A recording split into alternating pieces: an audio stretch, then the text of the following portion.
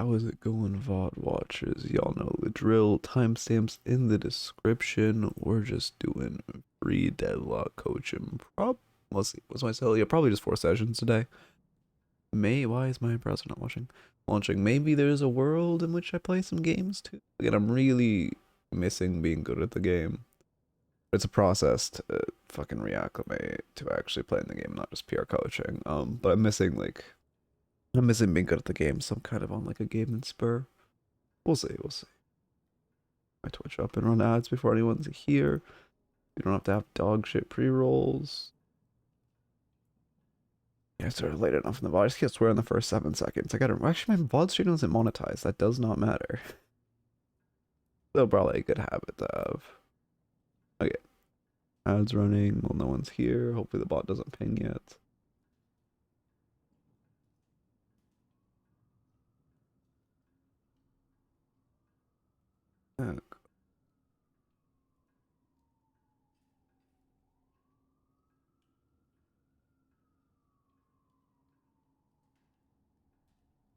I'll check on Twinto stream before I like ping with the bot. It's kind of like nice just being live. Like, I wonder if any bot watchers actually watch this part.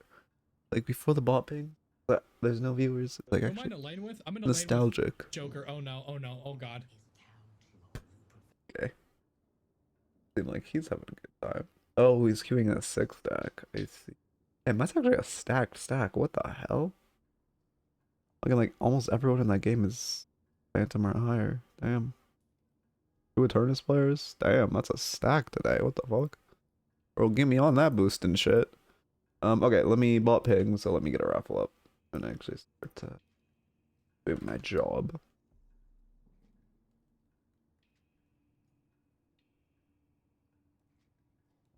Add Gamba. And then go to this scene. Oh, but ironically, like, what was it? How many stack people? No one in the stack would really be submitting for raffles. Hey, Reedy, how's it going? I saw you playing, like, the Lift playtest. Is that... I see playtest and I'm curious. Did you fuck with it? Also, what is that game? I've never heard of it and I could not see it on Steam or anything. How the fuck oh, because the ads are still happening. Wait, the ads still happen if you join while they're on? I thought that wasn't a thing that I fixed. Oh, I hate ads so much. You can see my movement's gone cleaner though. Like I'm kind of on a little bit grind. I really want to be good at this game again. I miss being like top 0.1% of players. I really miss it. I like being a coach, but like I like being watched. The game is just so much more fun when you're in like this true elo where like everyone's trying to read each other. Now I like queue up and I get these fucking teammates that like don't, well, I mean obviously no matter when you're queuing you're gonna get bad teammates, right? But it's like especially my enemies, like they'll make so many mistakes that it's just like not fun. And not because I don't win, my aim is like, my mechanics are dog shit. Even my macro like in a live game is pretty bad. But it fucking sucks because it's just like I want to have people that like challenge me. I don't want to have people who like they are for so like I juked this dynamo was chasing me. I juked him so fucking hard. My movement was so much better than him that I did like a full loop around like what was it? I don't know what to be called. It's like the distance of church. I basically did a full loop around church and he didn't read me and cut me off or anything, but his movement was so incredibly bad that he was that full loop behind me. So when I came back on the end of the loop, he was just catching up with me there. It's like, damn, like I lived, of course, because like I just, even though he caught me with like a kick, I just did the same movement shit and he couldn't catch me. But like it was like, it's like I want, like that's not fun, man. If I can juke someone that fucking bad, that's not fun. Hey, let's see, how's it going?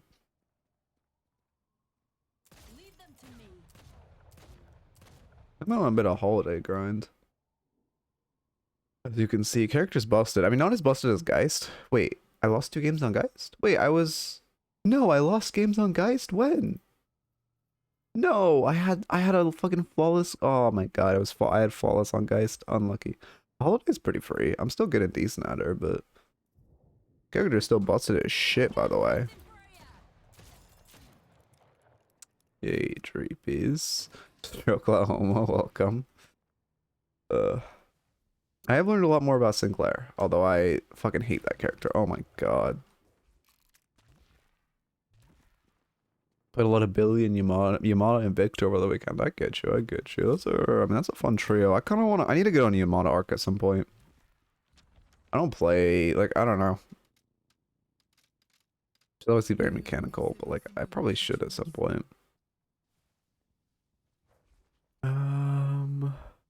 Yeah, you have to have like a. I mean, Yamada is just like a snowball character, right? You have to be strong late game. You have to be like 10k up on everyone else.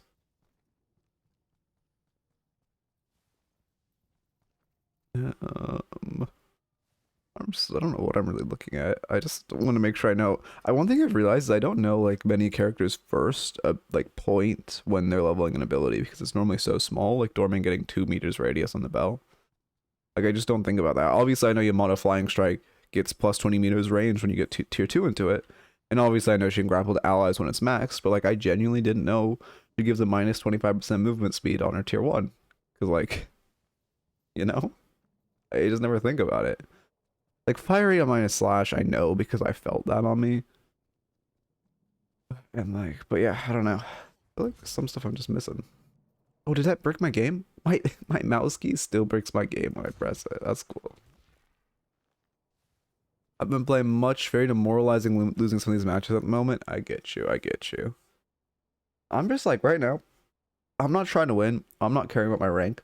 Like, I mean, you can see like you can literally see my match history. I've been playing like a variety of motherfuckers, right? I am not at all in like a I want to rank up mindset. I'm in like an I want to get as good as humanly possible for when the game actually comes out, because then I can one trick someone and actually climb. But right now, trying to climb in this ranking system is just not worth the mental energy, and I much prefer purely to try to improve.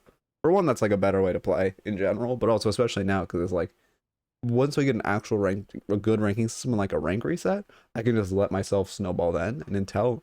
And now, like, I'm just trying to get better.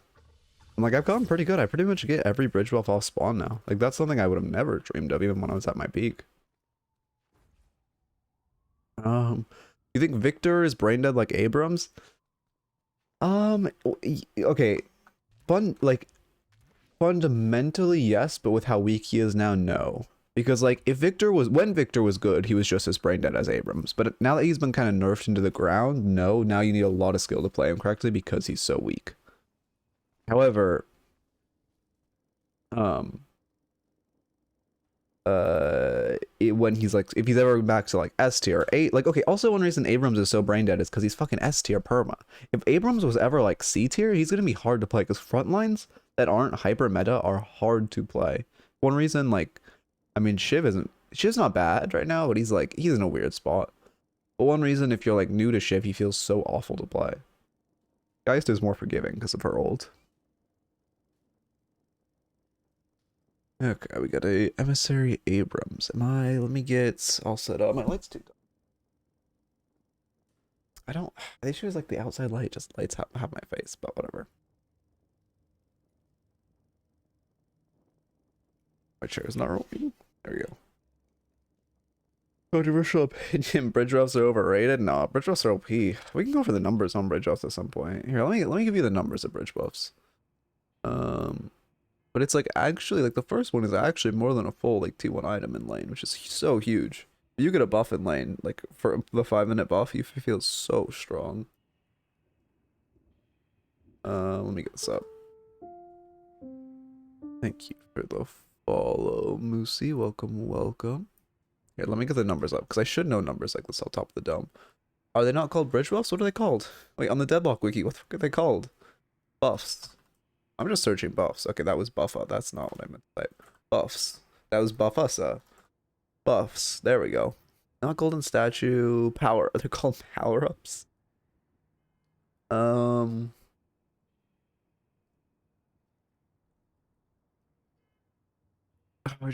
Okay, well, what they start at, so like the 5-minute buff for like casting is 15 spirit power and 12% CDR. That is better than where is improved spirit? I can see, I have to hop over here to see it. That is like actually better than improved spirit, because you lose 3 spirit power for 12% CDR, which is crazy. So it's essentially a T2 items value, which is an insane spike in lane. Where at this point in lane, you probably, I don't know the number, you're probably gonna have like 4k souls as a guess. It's like a huge spike to be able to grab that and just get plus like 15 spirit power. Not, I mean, I would more say 2.3, something like that. But again, it's hard to give stuff like that numbers. It's very arbitrary. Also, if I do play, Noob helped me get this shit. I got the multiple pinwheels so I can like never talk. Why isn't clicking the right key on my keyboard smile?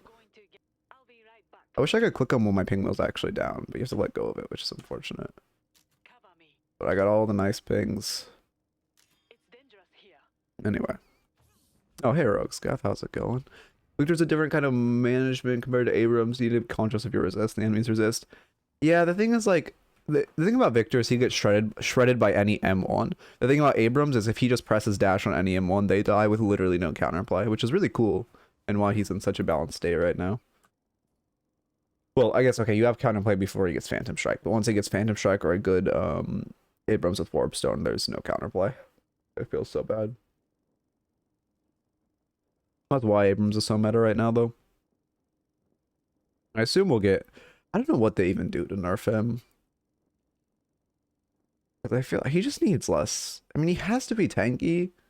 I honestly have no idea what they do to nerf his character. Maybe it's just a numbers game. Because I think the issue is, like, he does a ton of damage off melees. He guarantees a melee off of his dash. He has an insanely strong lane. And if you parry him, you're not going to kill him. If you parry him, you'll probably do a third of his HP. Like, that's the issue. For one, you don't... Like, with Billy, you have a ton of opportunities to parry him because he has to melee you a lot. Even though he's putting ones on you. They don't do a crazy amount of damage. They do, like, damage, but nothing insane. With Abrams, it's like, the fact that his charge combo takes half your HP, you're, like, one melee away from death. And even if you parry it, he's still not gonna die, because he's still full HP, and then his fucking suck on Siphon is probably gonna kill you. Like, that's the issue. Oh, you're Zappy. Okay, Lootless. Good. Did not... Yeah, okay. Thanks for saying who you are. I would not have realized you were Zappy. Oh, I love Abrams. Yeah. Okay. If I'm duoing, I like Abrams. I hate playing Abrams in solo queue because the fucking you just dash in and get like a great, beautiful double dash, and then you look at your teammate and they just like they just go to shop with no pings, and you're just like crying. It feels so bad. Or like your teammate just doesn't go in at all, lets you just get fucked. That's why I don't like playing front lines in solo queue. I feel like my teammate never follows up, and it's just sad. I was trying to play Geist, and it felt fine because she's just so broken she can 1v2, but it still was like not fun. Or as fun as it could be if my teammate actually followed up. Start recording. Get the Emissary logo on screen. Am I on the right scene? Where are my ranks? Yeah, there they are. Oh, wait, was that on the whole time ever? Oh no, my ranks are invisible. Emissary, and then we come here and we do / marker Emissary Abrams. And then I need to get a docs up as well. Go to new. Oh, I had a video idea, but I forgot to write it down.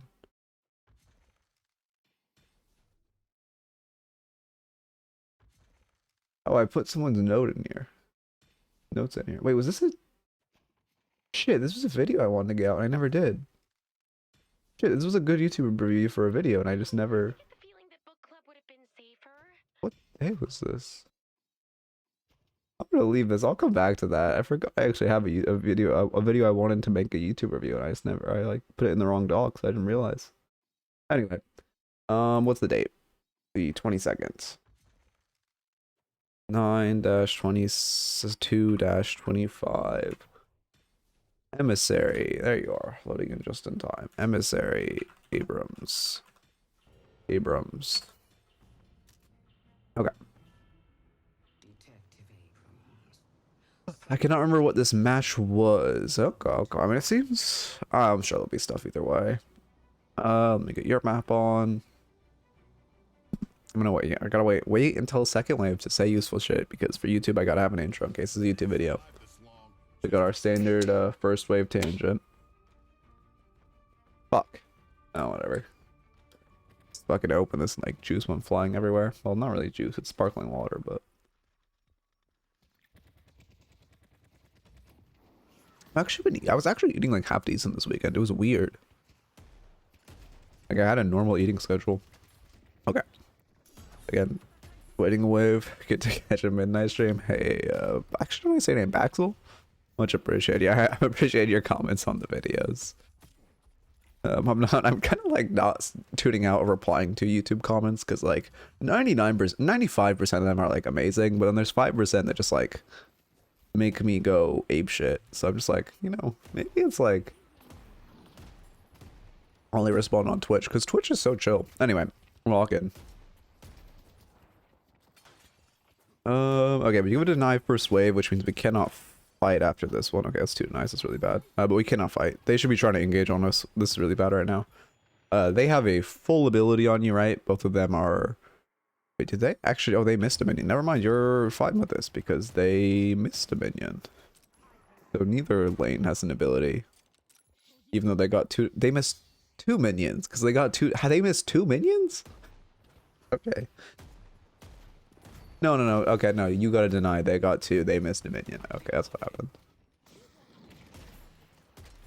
Okay, so in this lane, we're into Infernus Yamada. Immediately, I'm seeing... I mean, a decent chunk of spirit damage. Spirit shielding is not bad this lane. You know, obviously, Yamada's gonna proc it fairly easily when she goes in on you. And then Infernus, his burn, he doesn't really... It's not like, you know, normally when I talk about spirit shielding against one character, like burst characters like GT will kind of just arrow you, it'll pop, and then they'll, like, be done. You're lucky that slash missed. But Yamada likes to, you know, go in. And then also Infernus, that burn, it's going to be on you, right? You can't really... His damage is sustained. So spirit shielding is not bad at all this lane. You just assume you're saving for a T2 since you haven't bought yet. Which, I don't know what we'd be saving for. Maybe a cold front rush, but that's not even close to meta anymore. Hey, hi. Not a great time to trade. We're lucky that her Infernus isn't there. That could have been really bad. Okay, now we're have enough for a T2, which is really bad. We need to be buying. At least at the minimum after the... At the latest after this wave. Yeah, there we go. Ooh, that's unfortunate. We just talked to his burn. He's gonna dash. Luckily, he mistimes it. Now we have to buy defensive. Rescue shot, extra regen. That's what I would buy. You could also justify it right. Okay. Oh, yeah. Extra regen made a lifesteal. That's fine as well. You need to install the Doorman German mod. Oh, they made one? I don't even really play Doorman anymore. I love Doorman, but, like, shit just feels so bad when you're, like, doing so much, but you just can't, like, carry.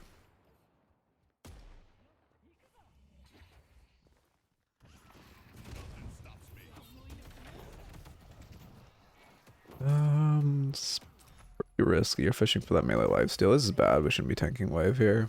I mean, you're in a risky spot. You're playing very risky for these melee lifesteals. Don't forget you can just proc this shit on minions. Or you can just go up melee the minion. And heal. Like, you don't have to get it on heroes. Like this wave, you can just see plus 100 HP if you just like heavy melee the minion. And then it's only 8-second cooldown? Actually, no, yeah, 8-second cooldown. So, like, we would have it back up if we, you know, if they went in on us or anything. We definitely have it up by this next wave. Yamada's Mystic Shot. No Restorative Shot is crazy on Yamada. I mean, they're in a really bad spot. Yamada not going Restorative Shot means she's, like, super killable. Also, when Doorman is... Oh, I heard that. Yeah. You showed a clip of that. That actually seems amazing, where when you select Doorman, it plays Germ Alliance. That actually seems like a goated mod. Fortunate. Now we just talk. Yeah. You just want to play safe until your dash is back up. Wave's here, so you should stay.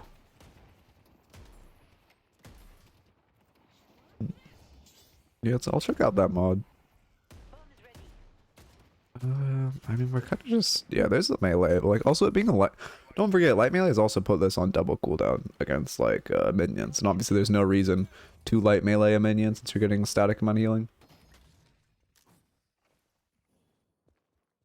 So it's much better to have you melee the minion there. No reason not to. He's gonna beat us to bridge buff, so we should just... Couple things you could do here. Chasing is bad, because you're not gonna kill him. First option is just try to like hold a freeze and hope like this minion right here that just got killed, hope it dies and he misses a couple minions for bridge buff because he didn't shove wave first. Which actually is your best option because they have more minions in their wave, and I think Geist is actually doing this. And then your second option, if you have more minions, or if he's not, you don't have, like, you know, he's not going to be gone for too long, so if you know he won't miss a minion, you just hard shove and set yourself up for a box route.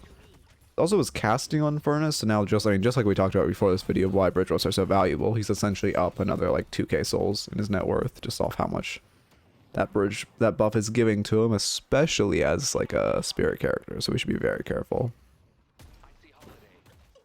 Because it is 15 spirit power, 12% CDR, very scary. Okay. I mean, you're kind of also just wasting a lot of time. Yeah, if we had dash there, we go crazy. Issues, we haven't done like anything else to inflate our boxes. We're just kind of staying here. We haven't left lane, but we haven't killed any of them. We haven't even gotten a single shot on the tower, which is really rough. Like right now would be a perfect time to box route. You have no chance. You're not going to dive them, obviously. And you don't really have kill potential on them, so you should just box route. Again, good time if they're just going to sit behind tower, good time to hard shove wave and then box. You could look for a dive. The issue is like Yamada has ult, so she ults before you charge her, or ults to dodge your charge.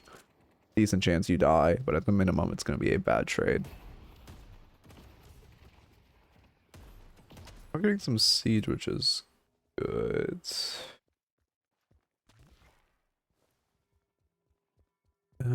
Close quarters, yeah, that's standard. Again, I hope we're saving for a T2 with how like much our souls are creeping up. Wilderness is like this weird thing to train. It's like it just kind of clicks. It doesn't like what you want to do. You want to teach yourself, like in which after obviously there's a break in between waves every time. Oh, we are saving for melee charge. Okay, that's good. You want to teach yourself like in between waves, like every break in between waves. You want to teach yourself to look at your soul count and just like assess the game state. You want to assess. You know, ideally you're looking at timer, but I don't expect that at the CLO.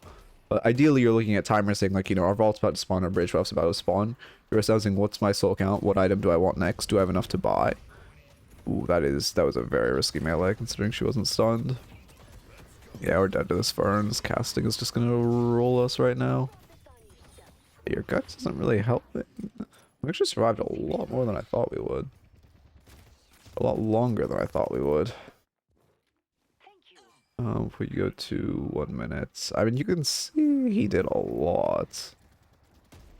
He didn't get an afterburn on you. Are you? Okay, well that's why you lived. What the? Okay.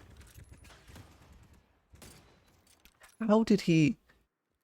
What is that? By the way, with. Okay, no, casting's over. Well, I sure would do. Okay, whatever. You know, it doesn't matter. Oh, that's mod. If I'm actually, my mods aren't even working. My Deadlock mod manager just isn't working. It's so annoying. Over aggressive dash. Also, again, you shouldn't melee after you dash. It's like because obviously Abrams wants to buffer his melee when he dashes, so he like actually gets it off immediately. It's a really like bad. It's a really bad habit for you to be meleeing after your dashes. It's something if you pay attention to it, and if you're against an Abrams, something you can utilize is just if they miss a dash, or if they don't hit like you, if they don't stun you with a dash, always parry after, and you will get like guaranteed melees because they're in such a habit of doing that. So thank you for the follow. I have no idea how you say your name. JPN. I'm not going to try to say, but much appreciated for the follow. But you just do not, you're putting yourself in like, mailing after, you're just putting yourself in a very predictable situation. Oh, that sucks. When Yamada grapples on us, it's not a bad time to melee her. When Yamada grapples onto you, she's either gonna light melee or just like go for some, you know, power slash or something. Sometimes, I mean, it's pretty rare. Obviously you don't want to do this multiple times. Pronounced win. Oh, I see. Okay. Thank you. Welcome, Win. But if Yamada is grappling onto you, it's very unlikely she's going to grapple onto you then parry, at least the first time. Much more likely you'll see her grapple light melee, grapple 3, grapple 1, grapple like right click you with Mystic Shot, or I mean actually left click you with Mystic Shot as well. But you get the idea. Okay.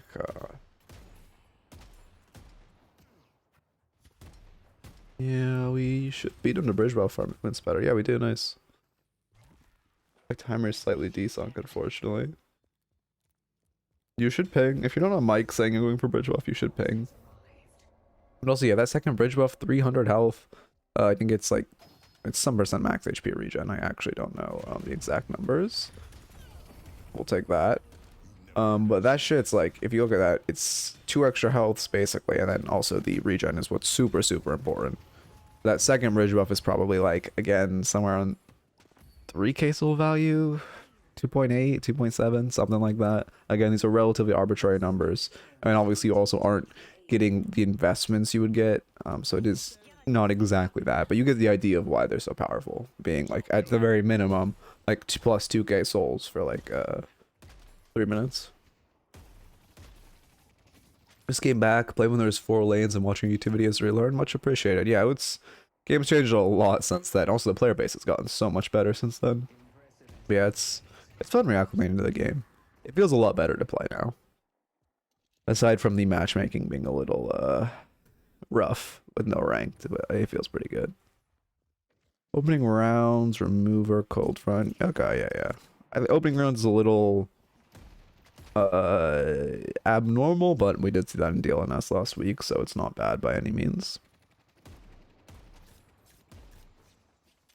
Rest of the items are very standard. We're going to remover because we're in Abrams. We're going to build it in, or sorry, we're going to reducer because we're in Abrams. We're going to, I assume we're going to build it. It is pretty solid, this game. Can cleanse, burn. Actually can't cleanse that much, but it's really good under Lash, Wraith, Holiday, Fern. So I do like it. And cleanse para bomb stacks as well, I suppose.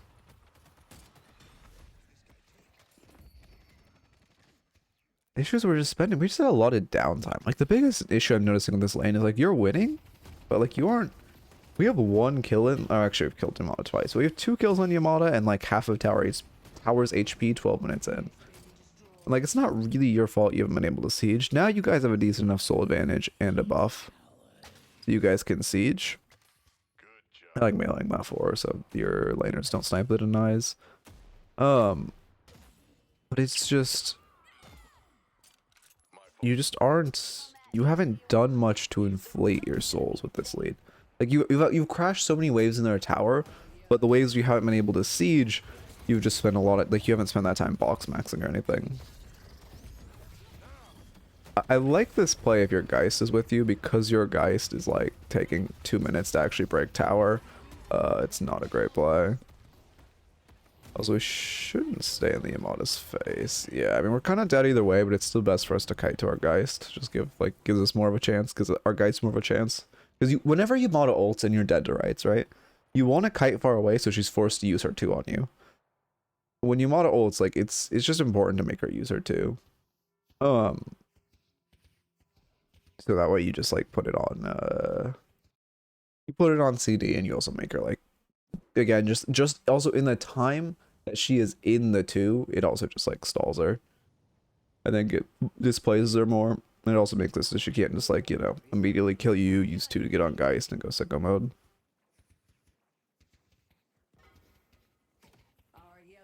Okay. Wait, let me... Okay.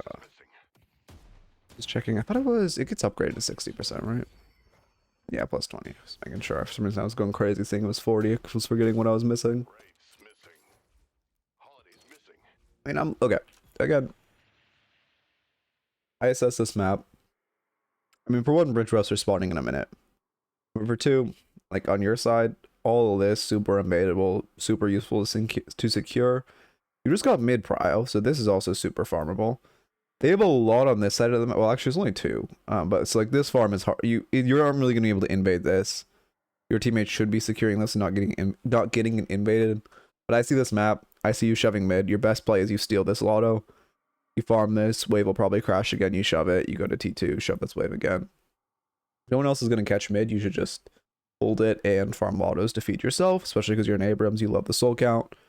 But then especially whenever you shove a wave, you should look if there's like the immediate lotto. So if like this lotto is spawned or if this one spawned, you should just go and immediately farm it.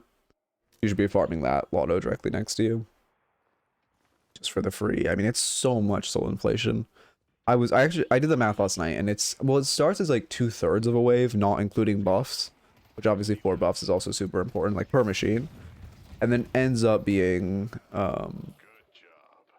yeah, I mean, it's shocking that they went into that fight, but also you being there didn't do too much. but it ends up being like 3/4 of a wave again, not including buffs as well. Someone needs to catch a wave. You guys are sieging Walker with no wave. Yeah, Viper's going for it. But also, you shouldn't be sieging Walker here, right? Exact same thing as we just mentioned. Perfect time to grab this Lotto. Also, you're 15 minutes in. Walkers, I mean, they're losing resist, but they don't lose all their resist till 60 minutes. You aren't really going to be able to siege this. They're respawning. The respawn timers aren't long enough. Lash is respawning in 6 seconds with ult. We have to assume he has zipline boost. So you can be here in like 13 seconds. We don't want to be just trying to like blind siege this Walker. Yeah, Holiday's here. Okay. I don't know why she's doing that, but crazy you guys with 2. Was it a 1-for-1? Okay, she died for Viper, but you get a bag, so it's very worth for you guys. Again, I just walk back and farm this Lotto. Aren't really gonna be able to siege this Walker. Yeah, your Haze is dead. They're all rotating over. Decent chance you live because you're Abrams. You should not be trying to turn right now. You do not have any chance at like killing the Amada. You actually had a decent chance at walking away with your dash, and they don't have that much chase. But when you turn, it's pretty rough. Yeah, you finally get parried and we die. Friday customs are probably never coming back realistically. Okay.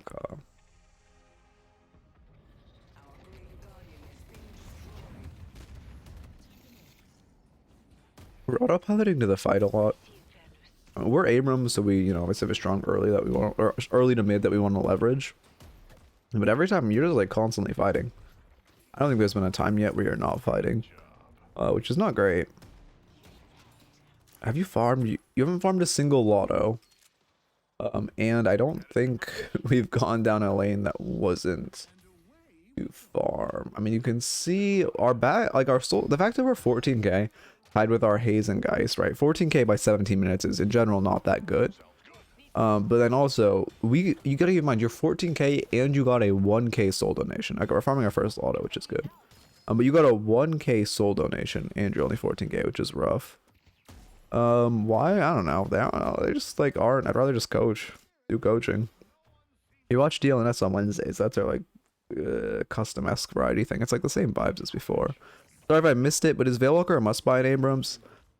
I've been building it before buffs and it feels broken right now. Yeah, okay, it's very good on Abrams. I wouldn't say it's a must-buy unless you're a pro. If you're a pro player, yeah, it's a must-buy. If you're even, I guess so, even if you're like a very high elo player, yeah, it's a must-buy. I think it's very worth buying. It's very strong. It gives you amazing, like, relatively guaranteed dashes on enemies. However, in general, I think Veilwalker's value is, again, in pro play, Veilwalker is an S tier item. In solo queue, Veilwalker is more of like an A tier, like low A tier item, I would say. So keep that in mind. But it is, if you can use it well, it is huge on Abrams or on anyone who can build it, right? Any type of pick character loves building it to set themselves up. Abrams loves building it because he can just go invis behind someone, dash them 100 to 0 because, Abrams. And then also the passive healing doesn't hurt, especially because Abrams already has a lot of in-baked regen. Having more just like flat like health spikes helps him not reset. Where's high elo in your opinion? Whenever I say high elo, I'm referring to, let's say, Ascendant or higher. Maybe you could include Phantom in that, but generally I'm referring to Ascendant and higher.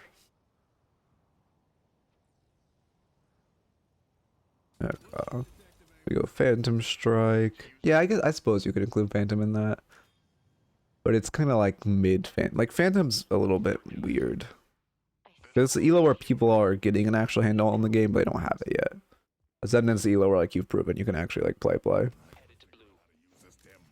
We will riot, try to riot wolf. Ooh, again we're mailing after we don't get a stun though, which is really bad. We do look away, which is fortunate. I'm glad we don't actually go for the melee. So I think you just didn't quite react to your stun missing, which is more of a micro thing. You're just gonna jump where he lands, yeah.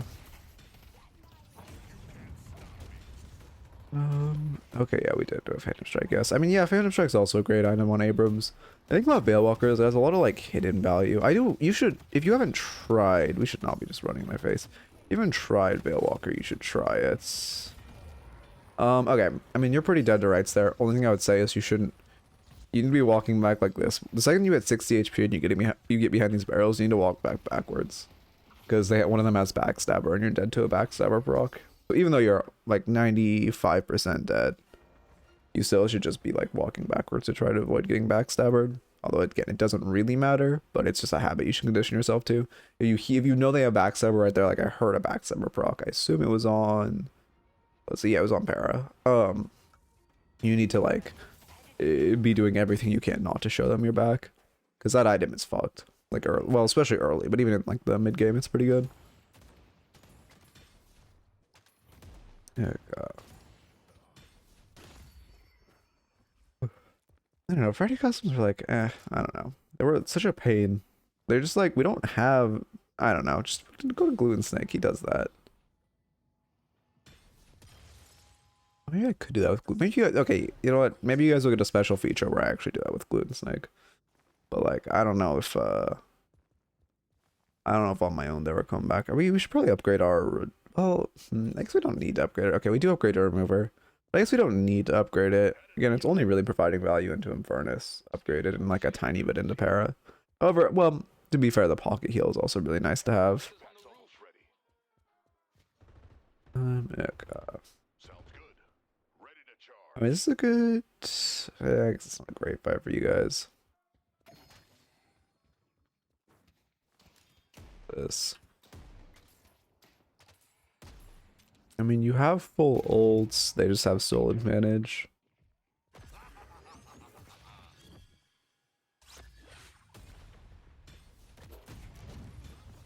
Yeah, I mean, it's a good engage of the fight, but Lash still can ult now.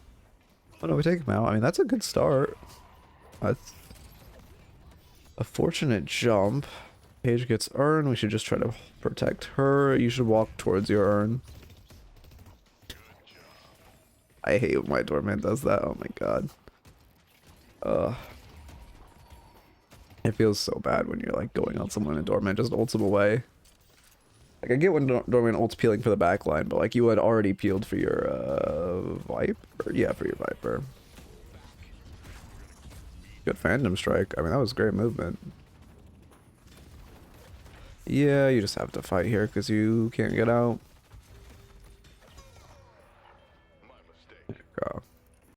Yeah, I mean, we overcommitted on the fight. I wasn't even looking at map though, to be fair, but I'm glad we turned around when we did, because at that point you can't get out. The way you fix that is just looking at your map and fights. We got Urn, our whole team folded back, which makes sense. We got greedy for the whoever it was, so it was 1-for-1, which could be worse. But again, as an Abrams, we want to really be snowballing our lead as much as we can. Gun Holiday. I've been playing Cooper's Holiday build is really fun. It goes Spirit Holiday in the first for the first I don't know 30 minutes of the game, and then it pivots to Gun Holiday, which is a really fun hybrid. It's good for me because I can't aim for the life of me, so like in the early game, Gun Holiday, so this is like not a fight we should be taking. Yeah, we're just kind of running at him. Okay.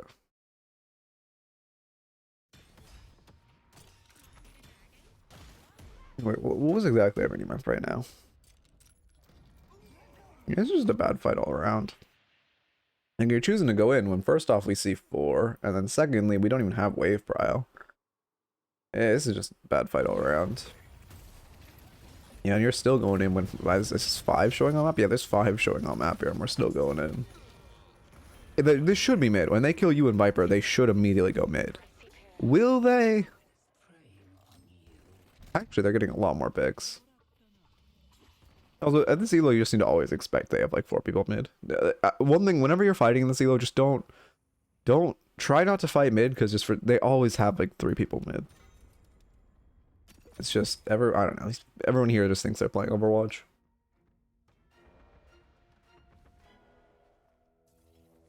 Yeah, God. I mean, you and High can host it if you want, but like I don't know. I just prefer coaching. I'm more fun coaching, and it's more useful. And if I'm doing like variety, I prefer just to be locked in gaming myself to try to improve, because I'm like, you know, again trying to trying to get unwashed arc. Also, at this point, I look at game state. I mean, they're probably gonna run Urn. Urn's just like barely not on our side. On our side by like I want to say 5k souls. Actually, well, no, it's 15. No, it is on our side. Oh yeah, we should grab that urn. It's on our side. I mean, right now it's like, I believe, fluctuating between on if it's actually on our side or not. But it's very close. Okay, now our souls creep back up. Basically, if there's a 15k soul difference, it'll go on our side. So we should just kind of be near it.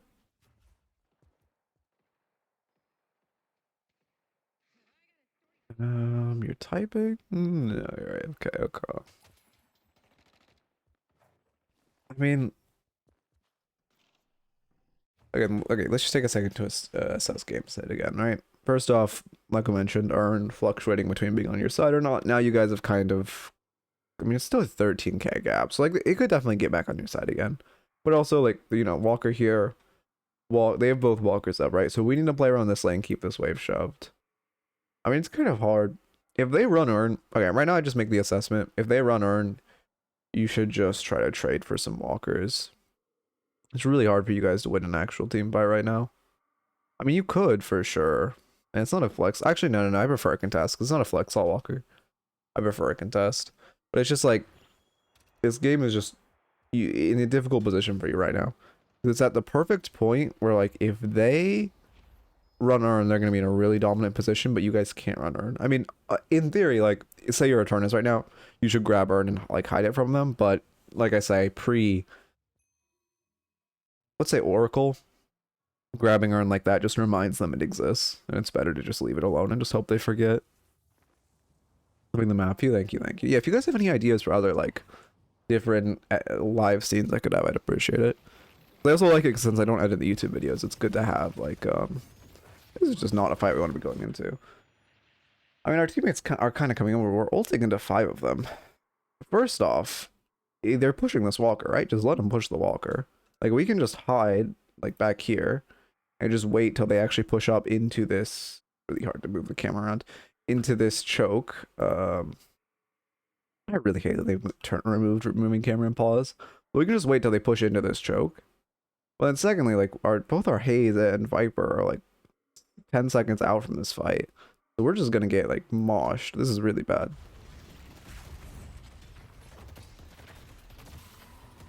Okay, there's one. We should die for this, though. Okay, they just stopped. How did Wraith not laser us there? You're not getting parried, which is good.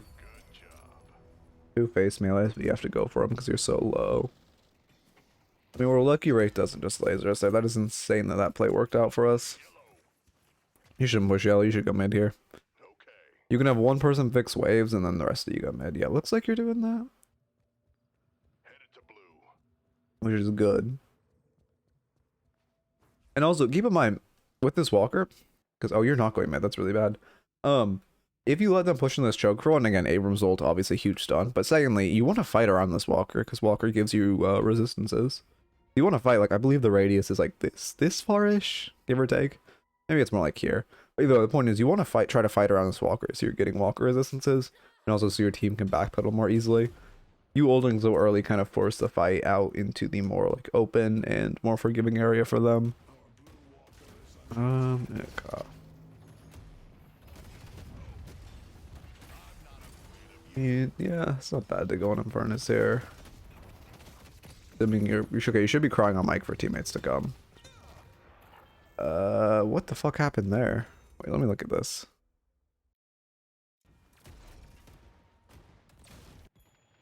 I mean, I guess you can't be sieging this walker because 3 of your teammates are farming.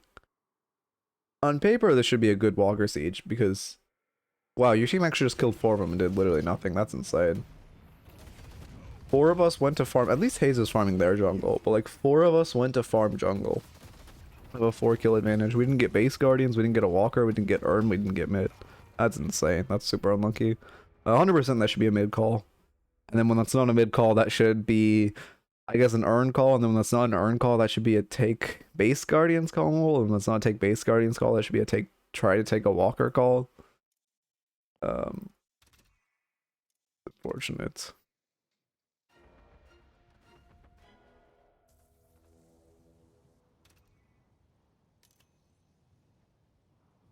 Yeah, I mean, we're winning team fights because We really shouldn't be. It's insane you're face tanking them. You aren't even high souls. You're just Abramsing it right now. I mean, yeah, not a bad team fight. You see Ray split. Assuming your team can stall. Well, now it's a 5v5, but I mean, I don't mind this fight. Maybe we're ulting a little too early. Yeah, okay. I mean, I'm noticing. The thing is, you're heavy veiling a lot in their face. You're getting away with it, so it's not bad, but like, you're very much just not getting parried, and that's why you're allowed to do so much. The Amada parried after, but I mean, okay. Well, one thing I'll actually say, I gotta give you a lot of credit to the fact that when you do miss your, oh, I don't know if you're doing this intentionally. I hope you're doing this intentionally. When you do miss your dash, you don't melee them. You like pull your melee away, which is really, really good. Also, are we going mid now finally? No, we're not, because our team is not going mid. You're gonna push mid wave, and your team again, perfect time to do mid. You've killed five of them. They can't contest. You have Viper. She can like shred mid. You do pretty decent mid damage because it takes increased melee damage. You know, Paige is kind of just there, and then Dorman can do. They can be there as well. But you guys could definitely do mid here. Haze is respawning as well. You made an announcement. What do you mean you made an announcement? God. I mean, like I said, you can run them if you want. I probably won't watch them though. Ooh. Try to run them on weekends. You can probably get more people on weekends. Okay. I mean, again, kind of making the same mistake as last time. Like, now our team's actually here, which is good. Well, the window for us to siege is rapidly declining. First off, Infernus respawning in 7. Secondly, Lash has ult. I have so many games get thrown. There it is. Okay, he only got 1, so it's fine. Now it's fine to siege this. But so many. Well, actually, now we're losing. Okay, we're losing our window because no one actually shot the fucking walker. Now we need to run away because both their teammates just respawned. But so many games get thrown to exactly this, where we go brute force mid instead. We go brute force blue walker instead of doing mid, and then Lash just ults us into walker. I have seen an immeasurable amount of games and to a Lash ult into blue walker when we should have just done mid off an advantage. I mean, we do throw our advantage again. We got 5 of them. They took 2 of us, so we were only up. Like we weren't up that much, but it's still 4v1. We got one. Oh, we do actually do the second walker. We got 1 walker off the 4v1. No urn, no mid, nothing. We're really wasting the advantages we are netting.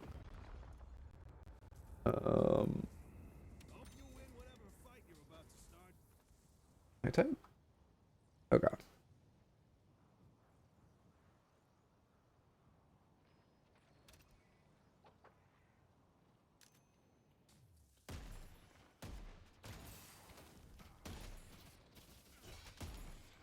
Let's see. Thanks.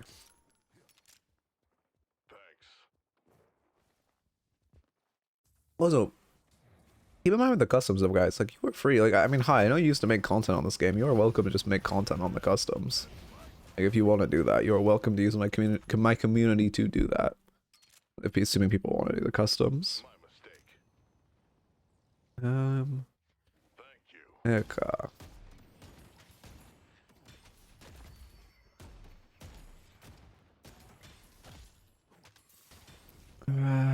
Oh yeah, you wouldn't need to spectate and not play. I mean, you could also get a couple people, including yourself, to just record their POV and then edit it.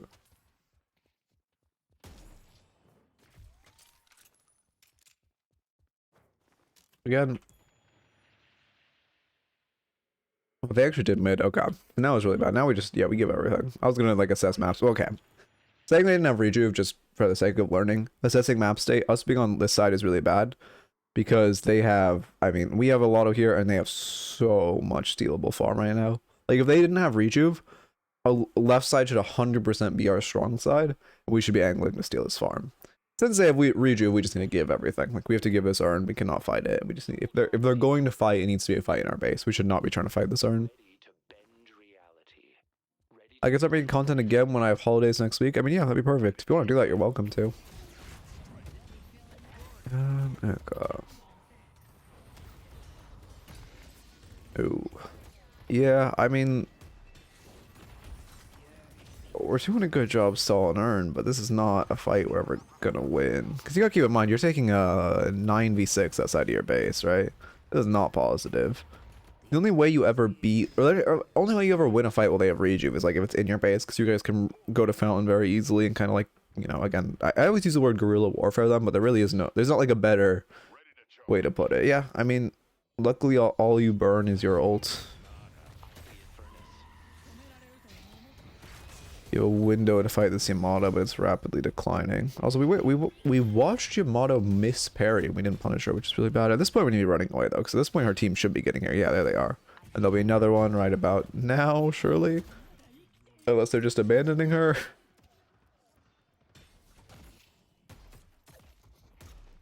And now we just heavy melee her. Yeah. And now we run away. No, now we run away. Sure. Oh, your team's dying. I mean, you traded 2 for 2, which I guess is better than nothing.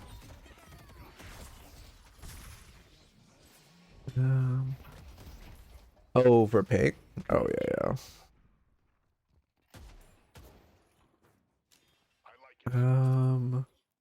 I mean, again, we should be going base right now. How long? Sorry, I get distracted on this message. How long are we just tempting fate by continuing this fight? Like, we know they've, like, wiped, well, not wiped our team. Yeah, I mean, they pretty much wiped our team here. We know, like, there's 100% of the people who won this fight are rotating over to us, right? Look at them. They're all healthy. Like, it's insane we're not getting rotated over on when we're just tempting fate like this. Even typing here is so risky. They should 100% be collapsing on you guys outside of base. Insane they're not. Insane they just let Yamato, like, solo fight you. Well, I guess 2v2 you with Lash. They also let Earn reset. Oh, no, they ran Earn. That's the other Earn. Right? Angling the map in my head. Right side, yeah, it's the other Earn. Okay.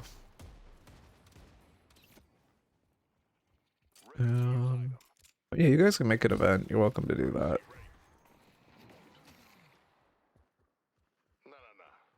Figure out the time and stuff, and I can make the actual, like, event, or, like, use the... Well, you guys can... mods can probably make an event in the server. I picked Abrams, if I'm not wrong. Oh, yeah. Abrams on ping. Yeah, I mean, that's the issue with the customs is ping. That's another thing.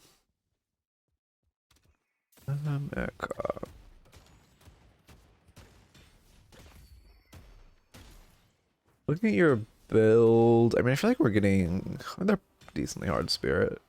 I just feel like we're dying to M1s. Fire rate slow would be really nice this game.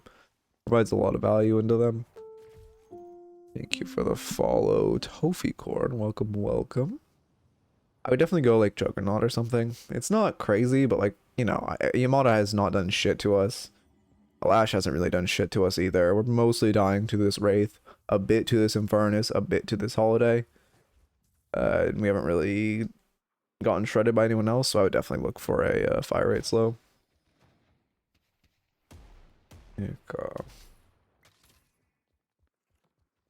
Earn is not on our side, unfortunately. I should get like, I don't know. There's some stuff like that also. I don't know how to balance. I should just make a command for Earn. Because I've learned a lot of people don't actually know how that Earn is like, first Earn is 15% soul difference if it's on your side, and the rest Earns are 10%. But I obviously don't want to say that every time I mention Earn. But I need like an easy way. I need like a legal disclaimer every time I say it of like me saying really quick or like Earn spawn. I can't even do it quickly. Like Earn spawns every 10. Earn spawns on your side for every 10% of souls. Like a little legal disclaimer every time I say Earn is a hotkey. Something like that. There needs to be some way to do that. Love your YouTube videos. Thank you. I appreciate it. I'm glad people find them helpful. Also, we need to be running the fuck away from this fight. We should get solo lash ulted. 100% we should have gotten solo lash ulted there. If they solo lash ult you, they knock your patron. Because if they just use everything, I mean, I guess you don't know on top on your ult, so you could try to ult away, but I mean, you should be dead to rights if you get solo lash ulted, especially like a holiday ult or something. I want Mirage to be playable with Tank Buster. I mean, he used to have a Mark build that was fairly viable, but I think people got better at buying debuff remover into it, so it, you know, kind of fell out of the playability. Because it really revolved around, you think, just kind of like ship knives, right? We could not be fighting outside of our base again. We just need to be... What the fuck is this doorway?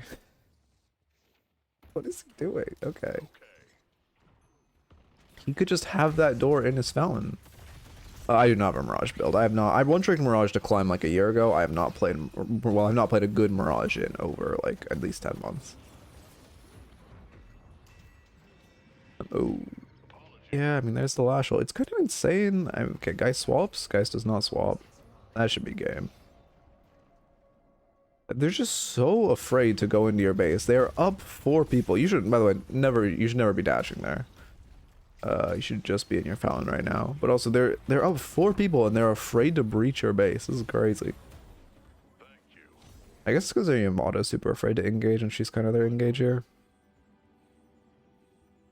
I mean, at this point, this game's pretty much over. Your role is just not to die. You can try to stall, but the most important thing you can do is not die. It doesn't look like your team's gonna get another fight. So you can try, like, this is fine trying to look for a pick like this. But it's pretty rough for you. There's not much you can do at this point.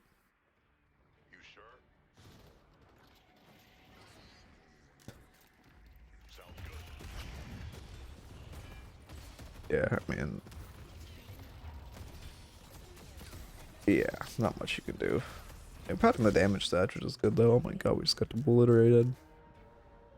I'm sitting in the 25th Mirage in South America, but I'm still figuring some stuff out. Let me see. Is that like the average of this game or something? Here, I'll get to your notes. Well, let me know your notes, and then I'll look if I have a Mirage build, because there are definitely creators who I like, but I haven't played Mirage in so long. Anyway, as far as your notes, biggest note by far was the overfighting. We were just constantly pathing to fights, constantly trying to fight, never assessing if a fight was good before we took it, never looking like, hey, do they have more people here? Do we have backup? Anything like that.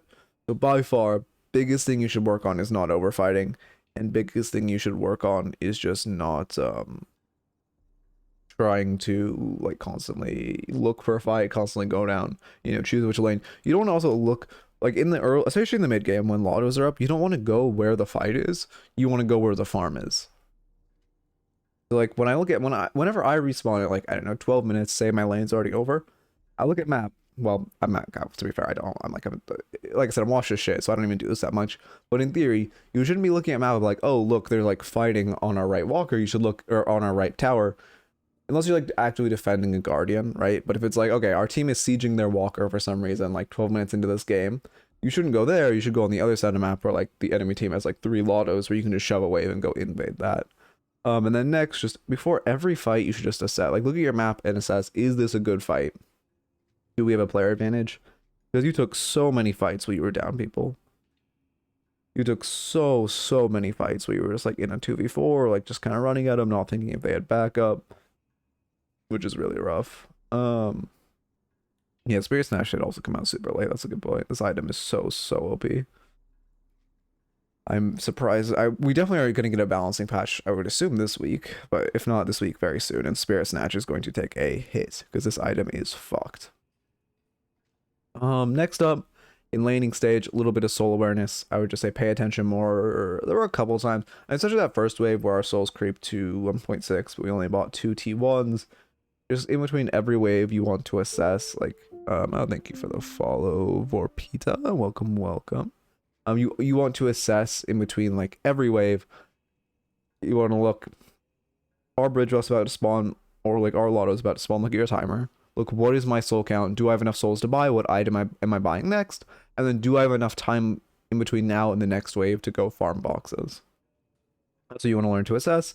Then also on top of that, I don't think we did a single box route, and we didn't farm a single auto until like minute 14.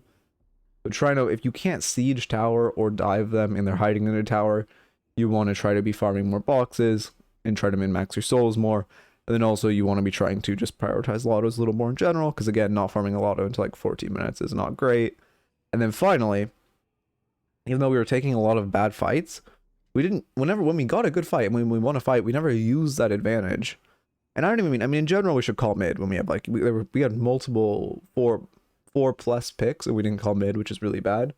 But we didn't do anything with that advantage. We didn't get walkers, we didn't get urns. You need to be calling objectives when you get advantages, when you get picks, especially mid boss. Because the reason you guys lost this game is the fact that you won 2 fights before them, but you guys never went mid. They won 1 fight, they immediately went mid, and that's why you guys lost. Okay, yeah, those are the biggest notes.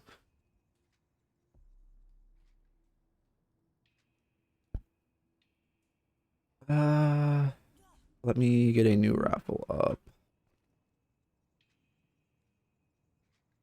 Oh my god, well, good timing because I just fucking knocked a can onto my keyboard.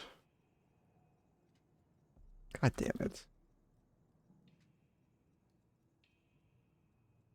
Alright, let me go fucking clean this shit up. Oh.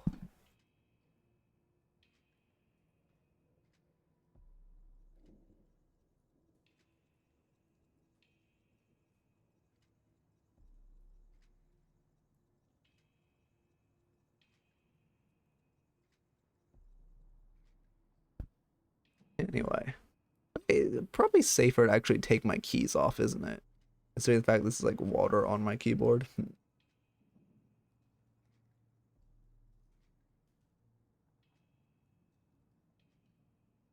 I don't actually know where my keycap remover is. I guess we do it by hand.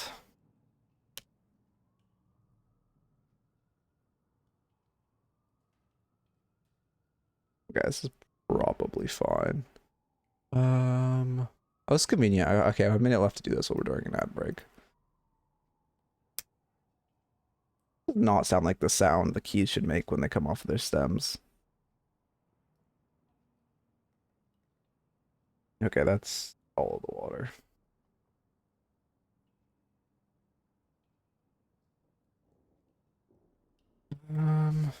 All right, perfect.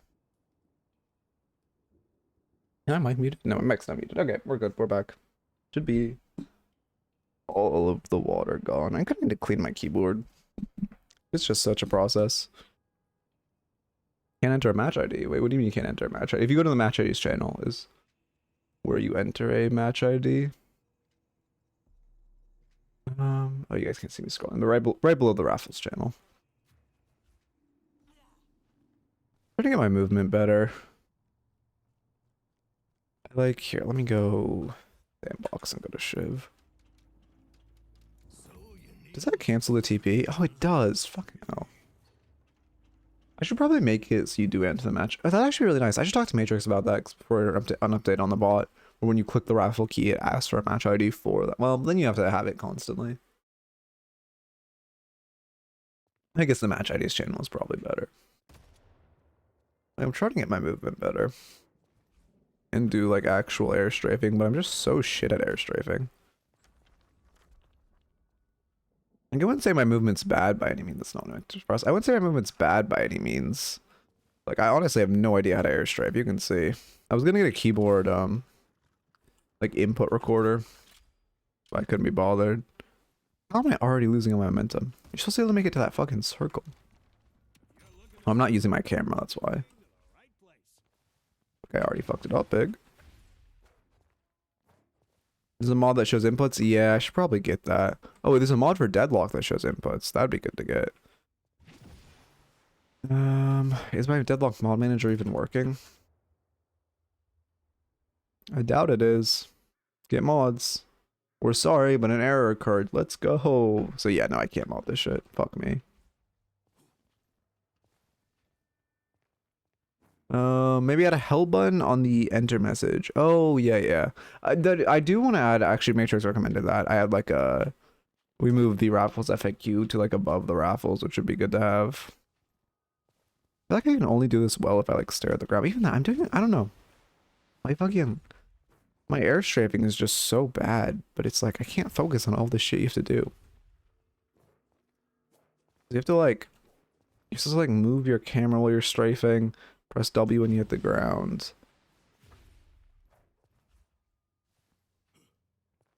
So I don't know. This should like I'm genuinely getting upset. Like this so unreasonably tilts me because I just don't understand it at all. And like no one explains how to do it. The video I watched was like, oh yeah, you just move your fucking keys as you do it. And like I've gotten better at it. Like I can definitely see I'm moving faster, but like it doesn't mean shit when I can't actually do it.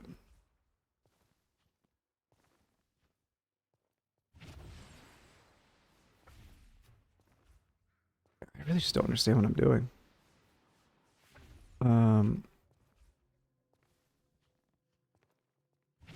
Though I'm sliding for too long, I think, now.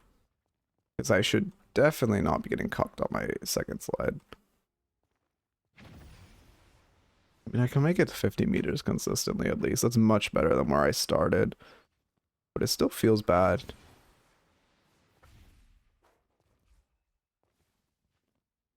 I feel like if anyone knows how to like airstrafe well, an actual guide on how to airstrafe would be so fucking nice. But I don't understand how you're supposed to use the camera while you go. Like I can do it, if I'm wall bouncing, I can do it fairly decently. Okay, Archon Ivy review. When I'm wall bouncing, I can do it fairly decently, right? Like, okay, actually, this is a bad example. But it's just like, for some reason, like, when I'm actually, I don't know. Oh, you're right. See, oh yeah, because it's the same type of movement. That's a good idea. Watch the CS tutorial. Let me make a note of that actually, because I will forget, and that is a very good idea. Okay, wait. First, let me put the match ID downloading. I really want to. I want to become a movement player. My movement isn't bad, again, by any means, but I want to become a. That's not what I meant to do. CS strafe tutorial. TF2 jump maps also can help. Really? Is it the same? That's, I guess that is Valve. But that's Source 2 as well. Like Source 2 movement. Feels like that shit would be ancient. Oh, I did 3 dashes there. Like I can kind of do it, as you can see. I just like, I don't know. I'm also better at doing it in game because like I think I like overthink it. Like you can see it, like I can do it fine with that. I don't know. The strafe tutorial is a great idea though.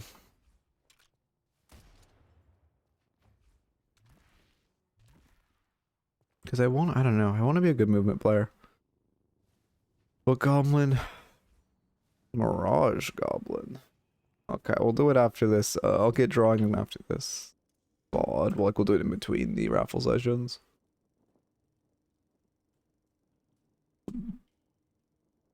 Okay. It's more muscle memory rather than the nuance. Yeah, but like, you actually need to know how to do it to train your muscle memory. That's the issue. Well, I did it there as well.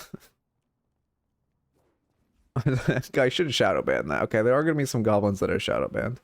There's definitely rejection goblins. Okay.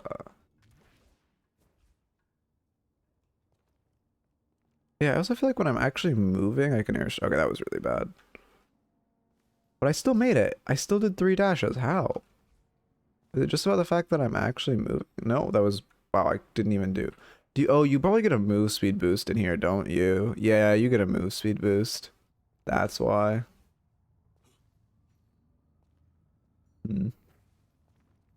Anyway.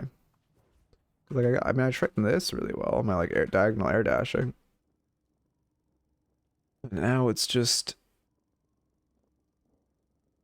actual movement.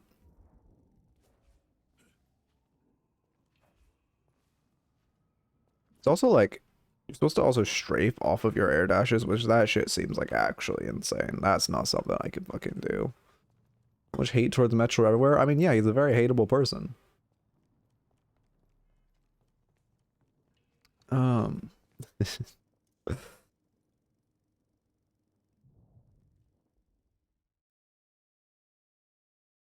Okay. Let me... Oh, I'd never stop the last recording. Start recording slash marker Archon Ivy. Oh, someone's probably at High Docker. Slash marker Archon Ivy. I'm sure he... Slash M-A-R-K-E-R Archon Ivy. Okay, finally. Do this, go to Ivy, and then Archon Ivy. Lefa Goblin then? I don't know, I actually don't, okay, the thing about Lefa is I do find Lefa genuinely funny. I just don't have respect for people who abandon games. Like, I do find him funny. But again, I don't watch him because he abandons games, which I just have no respect for. Oh, you should deny that orb. Yeah, melee's a little late. We're also taking wave for a lot right now. Okay, sorry. Well, no, I can still say useful shit. Just don't make the YouTube video. We're also taking wave for a lot right now, which isn't great. It's not a mentality though. It's a personality he puts on. He's very normal behind the scenes. He says he wants to be the next T1 of Deadlock, or like Tyler 1 of Deadlock, which is, again, if you want to do that, that's fine. He's a funny person, but it's the abandoning games. I truly have no respect for people who abandon games. And like that's the issue. Even if you want to be toxic, that's fine, because like people just mute you if they care, right? That's a great dash for your Abrams. The issue is, yeah, I'm glad we just focus wave, because we can't really fight on this wave. A lot of damage from troopers though. Like this is wave 2. 300 damage exclusively from minions. That is half your, or almost half your HP bar. Taken exclusively by shots from minions. That is so bad. We need to be a lot more like cognizant of avoiding troopers and shooting. I mean, trying to shoot wave before it gets here. The thing about Ivy, shouldn't be able to die here. I mean, that's terrible by the crow. Thing about Ivy is, although she isn't like necessarily a strong laner, she isn't like, you want to be, if you're in this type of situation, you want to be using your Kutsus for waves. And that was a good Kutsu, as long as we don't overchase.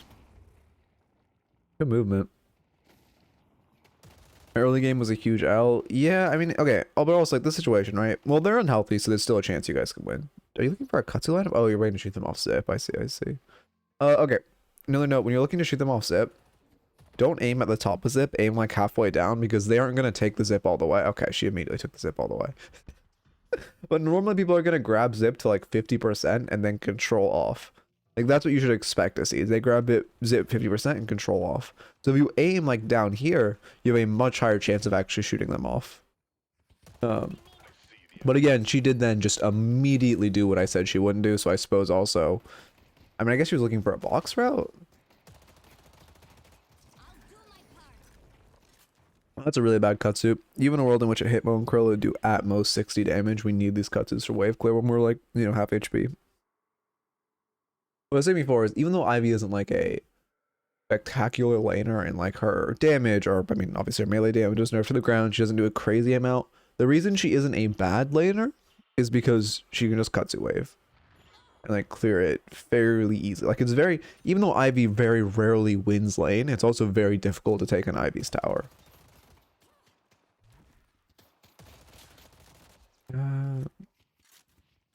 Also, are you going? Oh, we're going Spirit Ivy. That is not. I have not seen a Spirit Ivy in a long time. I wonder if we'll get a general Ivy. Probably just a gun Ivy nerf next patch. I really hope we get a patch this week. We should. I mean, that's when timelines add up and we need a balancing patch.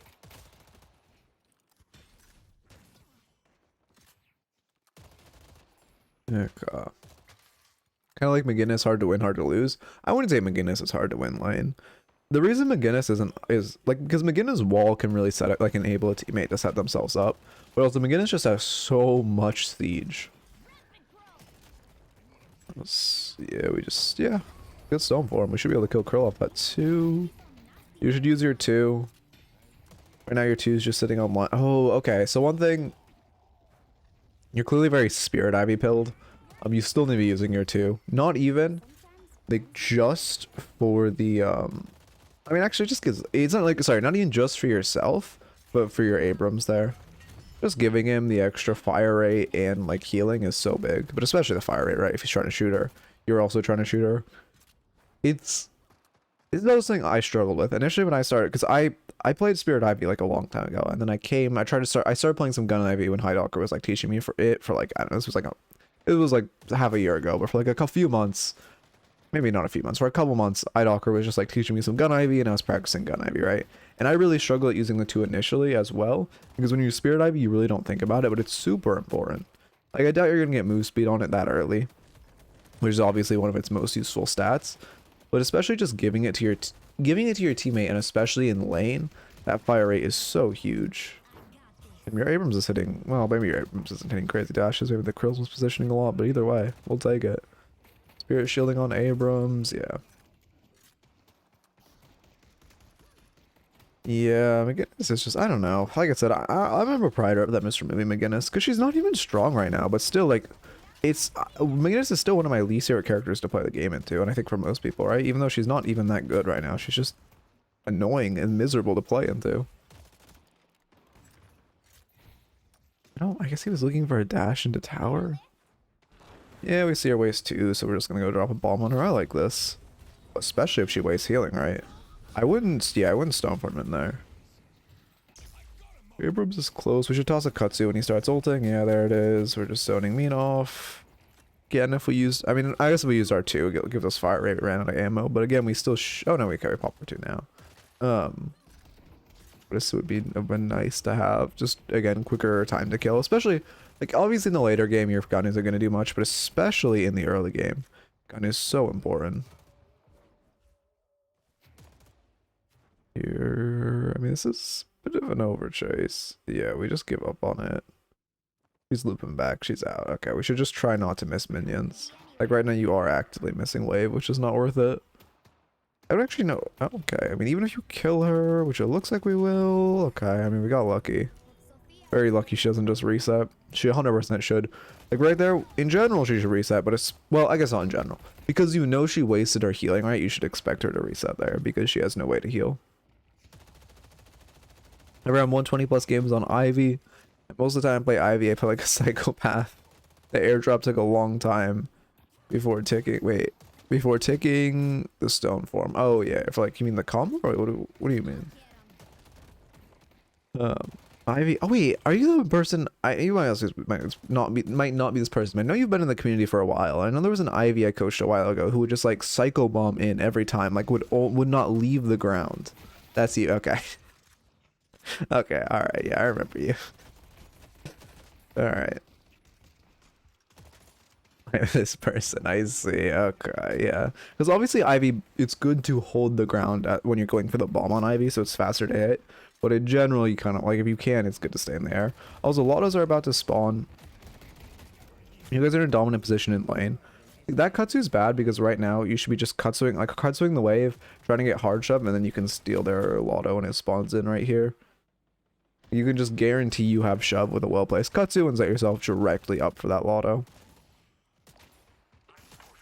I need to get High Doctor streaming. Because like every Ivy main and anyone who wants to learn how to farm better in general could learn so much from him. I need to make him stream. Okay, we're going for our Lotto, I think? Okay, no, we are going for theirs. Again, if you are going to steal the... oh, you're going to cultist that minion. I mean, you hear this Mina farming that Lotto. You should not let her do this. Yeah. Oh, it's Krill. They don't farm it. I don't... did they stick it? Oh, they stuck it. Okay. You play like Spirit Burst into Sustain Spirit. Yeah, I mean, if you don't have Refresher, she kind of... I mean, I don't know.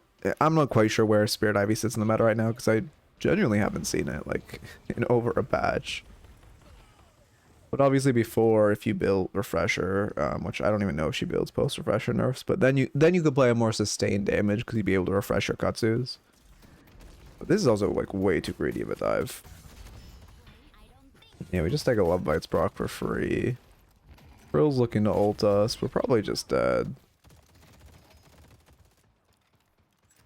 He gives up, which is good. Freddy or Abrams being around the corner, I suppose.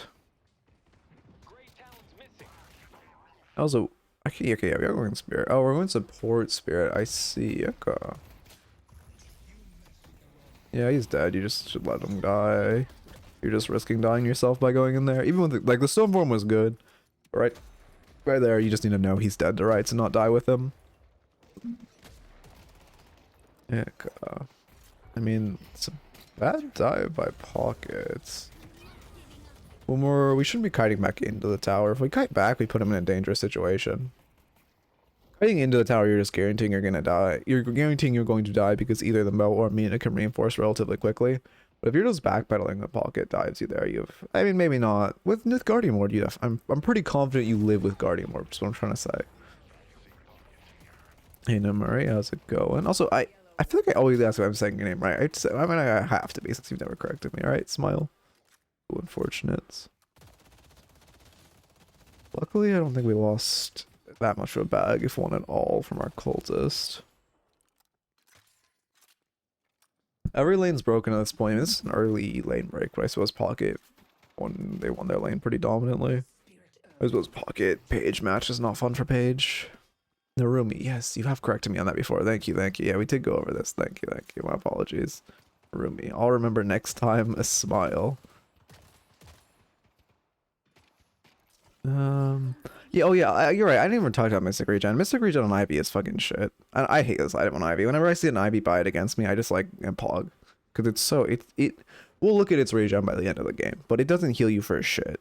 Restorative Shot is just so much better and would give you so much more healing. We're running Urn. I don't like this Urn. For one simple reason. Well, actually, okay, now that your team got Mina, it's good. But you started running this Urn before your team got Mina. And like right now, I'm assessing this game state. And I see 5 ults, and I see 2 ults. 2 of which, I mean, Billy ult is good. Your ult isn't that crazy. But you are missing your 7 ult, your Abrams ult, your Page ult, your Calico ult. Probably your 4 of your, including Billy, 4 of your 5 most key ults for team fights and then for Calico individually for her own kit. Like this is, now that we got Mina, it is a good Urn because we have an advantage. But pre the Mina pick, this is not a good Urn.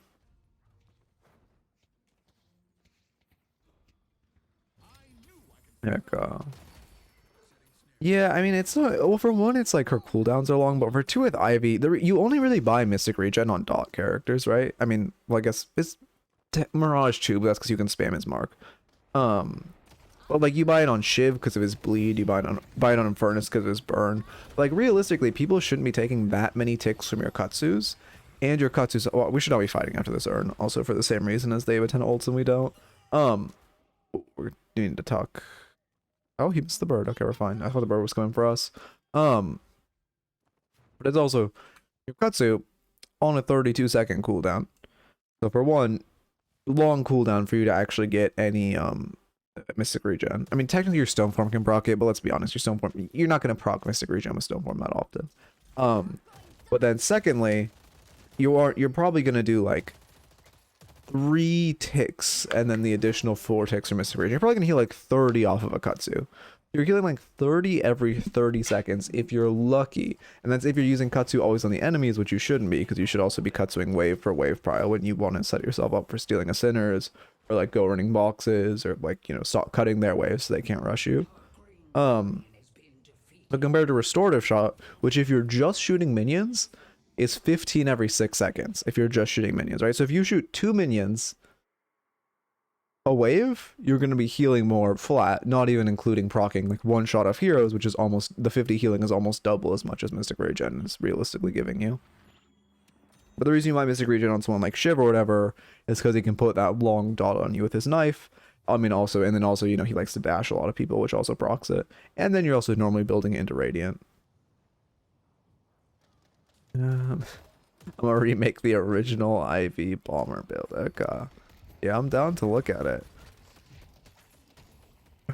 You should do, you know what you should do? You should do that Ivy build, but you should do it with a Bebop duo. That would actually be so fun, like a bomb Bebop duo where he just double bombs you when you're ulting and you just run at him. That'd go crazy. I'm gonna put recharge next. I mean, yeah, that's standard. We're gonna have more support-esque items.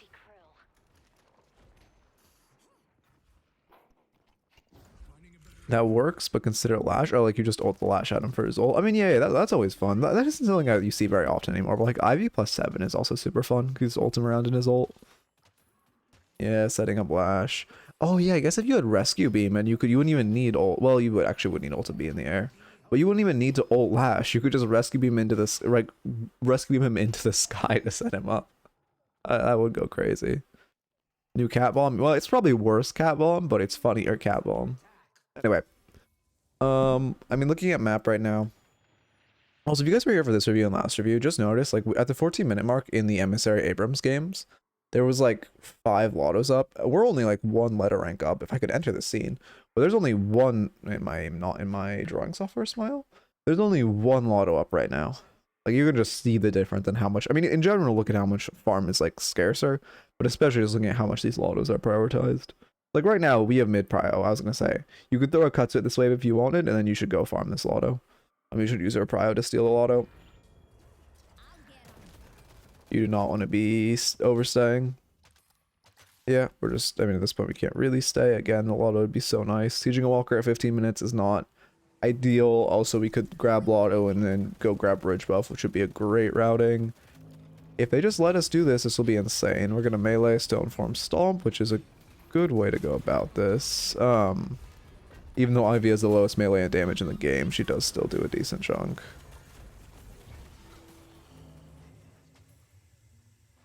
Sorry, even though Ivy does still have the lowest melee damage in the game, it is still better to melee walkers as her, just as a testament to how much, how good meleeing walkers is. Assuming, obviously, if you're Gun Ivy, then, you know, you don't want to melee the walker, because you can just make them obliterate by, like, looking at them. But if you're Spirit Ivy, good to melee the walkers. Yeah, the reason Ivy has the least melee damage is because way back, like probably 8 months ago, 9 months ago, she used to have a build where she'd buy Echo Shard and double Stone Form and just like heavy melee people off of the Stone Form. And it was like, I wouldn't even say it was annoying. It was annoying to play against. I guess we'll just put it that way. There's no counter spell or anything in the game at the time, so there wasn't even that much counterplay to it besides like warp stoning away or something. It was, I mean, it was fun, yeah. I never played it myself, but it definitely looked fun. I think I coached someone who played it at one point a long time ago. Ooh, little unfortunate. Also, he's like definitely looking for a hook. Yeah, that definitely didn't hit us. Yeah, we're probably just dead. Ult away. He doesn't have hook online until now-ish. We should not be going back in. He could hook us. Yeah, that's really bad. You're just asking to be hooked there. You ulted before he had hook, which was good, but we cannot be walking back in there. To be fair, that's just kind of a thing that'll come with time in game. That's not something you can, like, cultivate of knowing Bebop hook cooldown, because I don't even know honestly, I couldn't even tell you the number of how long his hook cooldown is right now. It's 11 seconds. But I just know in my head, like, his hook is coming back online around now, be careful. But that's much more just like a game time thing. Yeah, Mega. Yeah, we're gonna go Suppressor next. I know the name of my item. Smile. Yeah, Suppressor next. Item is OP as shit. Fire rate slow is very good. Also into their... Okay, I haven't really assessed their comp. Reactive Barrier is pretty good into this. Reactive Barrier, good into Krill. Great, amazing into Bebop. Good into Lash. Good into GT. I guess it's not crazy, to be fair. But if I'm a Spirit character and, like, I can buy Reactive Barrier, I buy it because it feels so good. But to be fair... Mina can't proc it, Pocket can't proc it, and Lash can only proc it. And Lash and Mo can only proc it on ult.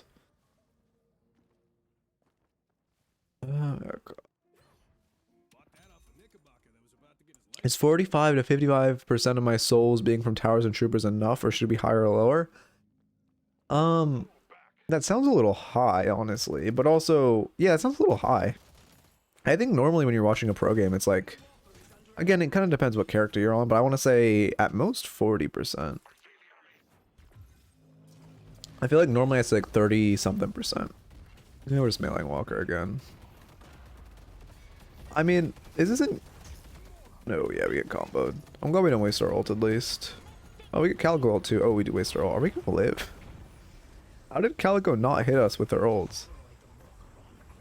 I'm sorry, Krill. Oh, I mean, good job. I was gonna say... what you're doing right now isn't good, like going for those walkers, but because of your elo and the fact that you're allowed to do it, it is good, if that makes sense. Like, if you got shut down the first time, you should not go for it, but because they're just allowing you to do this, especially on mid walker, it is good. Lightning Scroll prerequisite? I actually don't play any characters that buy Lightning Scroll. I swear it has a prerequisite, right? Yeah, Mystic Slow. Oh, weird. Mystic Slow. Okay.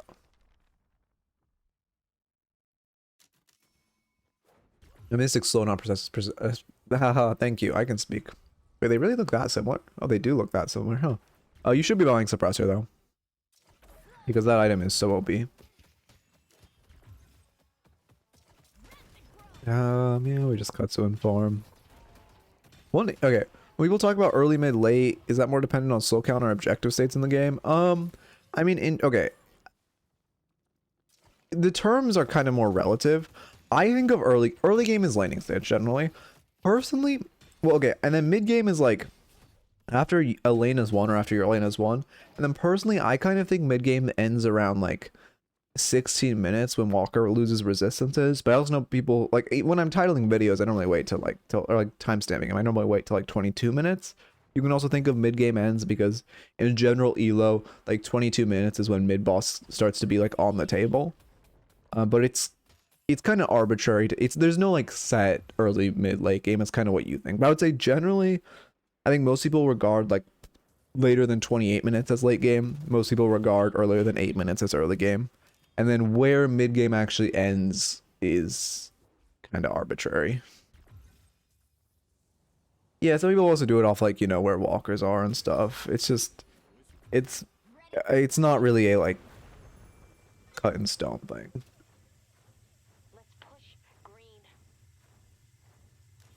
But generally when I say like mid game, I'm referring from like the 12 minute to the 22-ish minute period. But also it does depend on the game. Anyway, this is not a bad fight. We got a huge silence on him. Yeah, we wouldn't fight. Murray's okay, he just lost one. Never mind. I was gonna say we can use our advantage, but then Mina immediately dies. I mean, you should be able to kill Krill here. Krill's already online. What's the cooldown on it? 74 seconds. That doesn't sound right. Didn't you just use it to get into this fight? Huh. Might be a moment, I guess. Wait 1 second. Okay, so we haven't gotten that much of an advantage, which sucks. Right now, like I'd look at game state. Sorry, I'll answer your question 1 second. Right now, I'd look at game state. Abrams is about to give us blame prio. We have this lane crashing. We aren't gonna be able to siege this walker because they're holding it. I just grab Urn and run it. We have every lane with prio right now. It's a great time to run Urn. Do you think my high soul count from troopers is a result of being the lane fixer in a low rank? It could be that, yeah. I mean, if you're playing like a splitting character, it also could be. It's like less bad. Oh yeah, this is like we're going for Urn.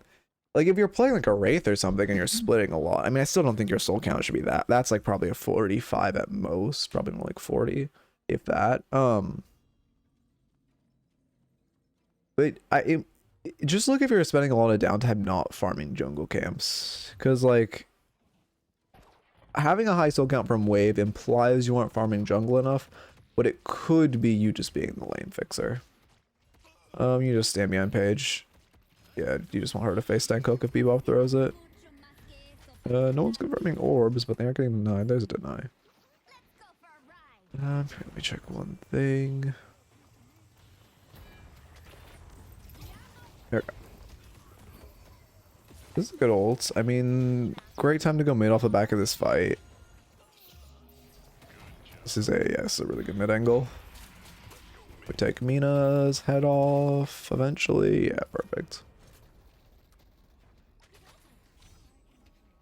Abrams calls mid. We should go with him. You should cultist that. Maybe you're gonna cultist this T3. That Kutsu's bad. When you're sitting in a camp like this, you want to leave, especially when you're sitting in a hybrid camp, like in their base, you just want to leave one medium creep alive. You'll be wasting a lot of their time by stalling the respawn time for at least a minute. You're gonna fix blue first. That's good. Yeah. You should push another wave. Super important for you guys to have prio on this lane. Because also, keep in mind, not only is this lane like, you know, a lane which you like to have prio, but secondly, how far this lane is dictates how quickly they could come to contest this mid boss. So having like, not pushing that lane, okay, we went to buy instead, means that they potentially could, or they have a higher chance of being able to react to it and contest. I mean, yeah, we take out Bebop here. We should be able to clean this game up now. I should be dead here. Unfortunately, we missed that Katsu. Oh. I mean, he should die. You should just Vortex web him, yeah. Okay, he died, thank God. Here just be paid for knocking back. Unless they throw themselves at you and keep dying like this. Okay, looks like they're throwing themselves at you and dying for fun. It's a good time for a Katsu. Yeah. If that Katsu should have come out sooner, because for one, you're not only applying damage to the pocket, but you're also using it to siege the objective, which is super good. You can throw a Katsu in Patron's face. If you want more damage as well, it can like, I mean, I don't know if you know, but it can like rest on the body of Patron if you throw it like at its head, and it will do a lot of damage to it. Unless they patch, to be fair, they might have patched that. Well, it worked like a few months ago, last time I played Ivy. Yeah, we just back out is the correct call. Yeah, they're all up. Okay. At this point, Urn's on their side. There's a lot of Lottos on our side. Your team is kind of fighting, and so we're gonna ult into this. You should only ult to peel. You don't want to try to commit to this. Also, we need to be afraid of the bebop hook. Oh, we got the Katsu down. I mean, this is good. We don't really win this fight on paper, but we do end up winning. It was a good play on your part. I don't know why they're... Yeah, we punched them chasing on a base, actually. That's good. I don't know why they're chasing on like 4 HP. But we'll take that. Sucks we didn't get the Katsu off, but that is still game. Okay. I mean, yeah, that works out. They just kind of gave that to us. I'm pretty sure when you're meleeing Patron, I'm pretty sure you can do it with one jump. Or pocket. Why are we fighting the pocket? Eh, maybe they're toxic, actually.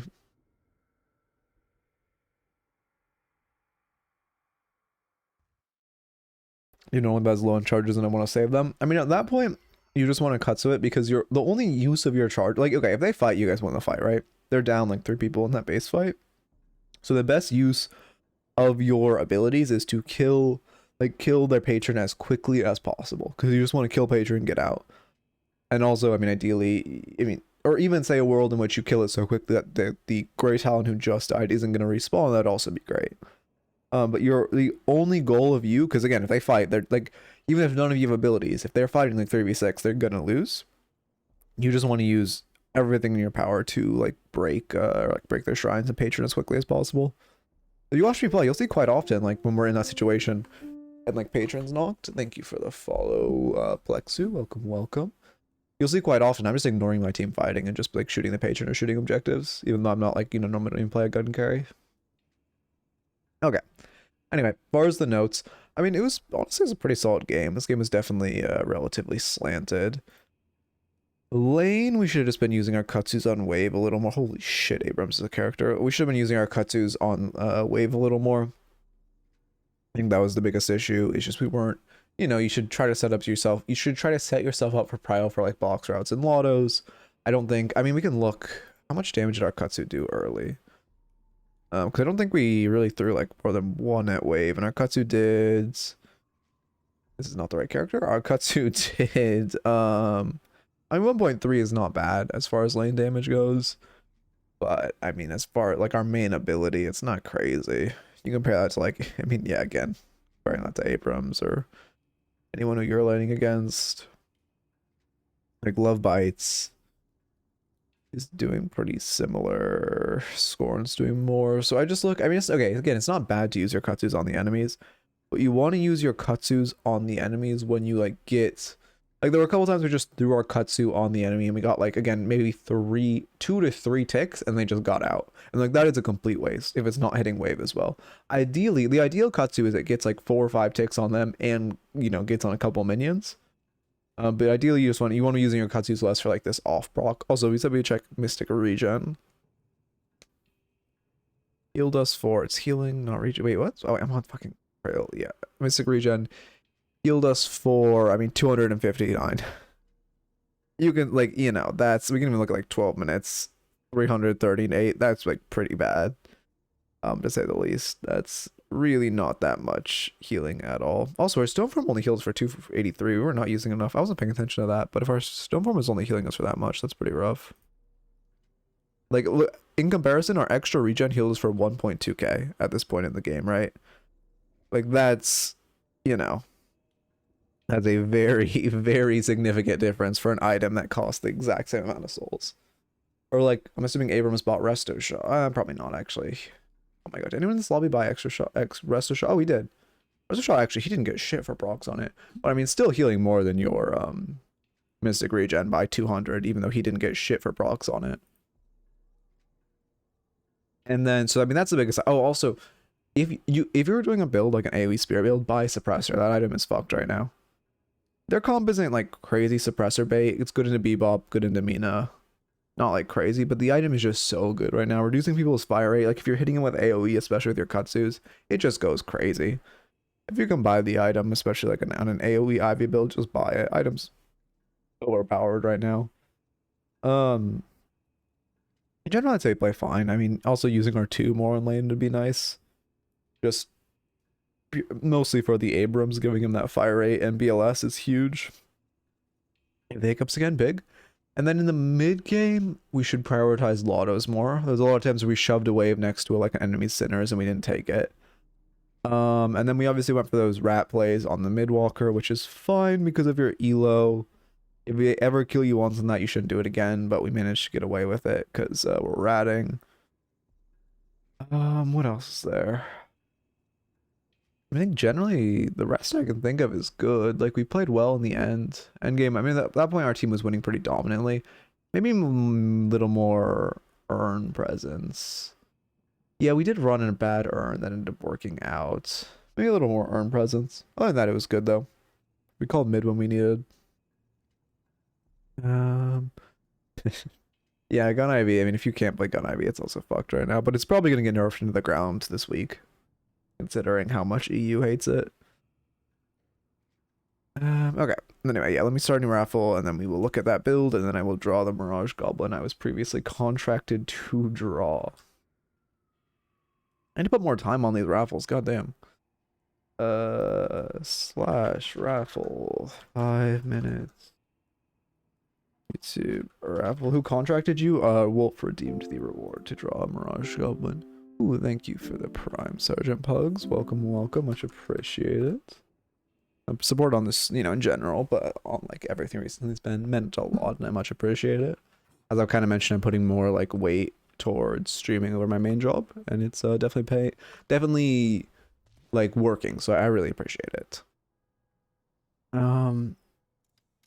Okay, go to the Ivy build. Helping people's what I do.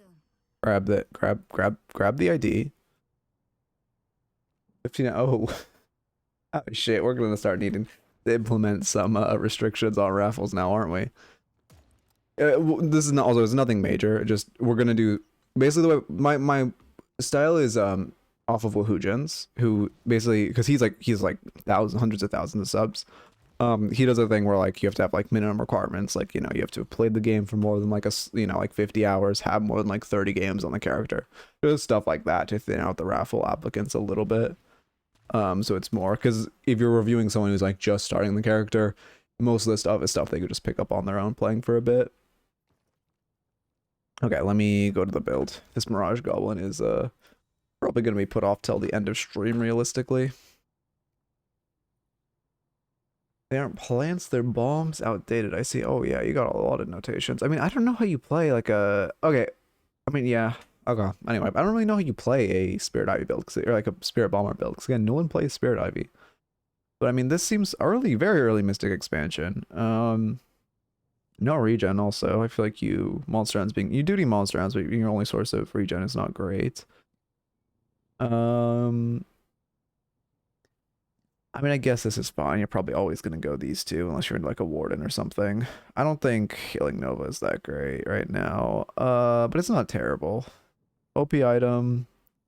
I mean, yeah, we're rushing Lightning Scroll very early. Alkfire. I mean, all this makes sense. This seems fine. Greater Expansion comes out late, but I guess you don't need the immediates. I mean, this seems fine. Rapid Recharge comes out way too late, actually. Oh, wait, no, I remember hearing about how this is bait on Spirit Ivy. Yeah, actually, I remember about hearing how this is bait, because you don't actually need the extra charges. This shit didn't update. Oh, I see. Oh, yeah, publish the update.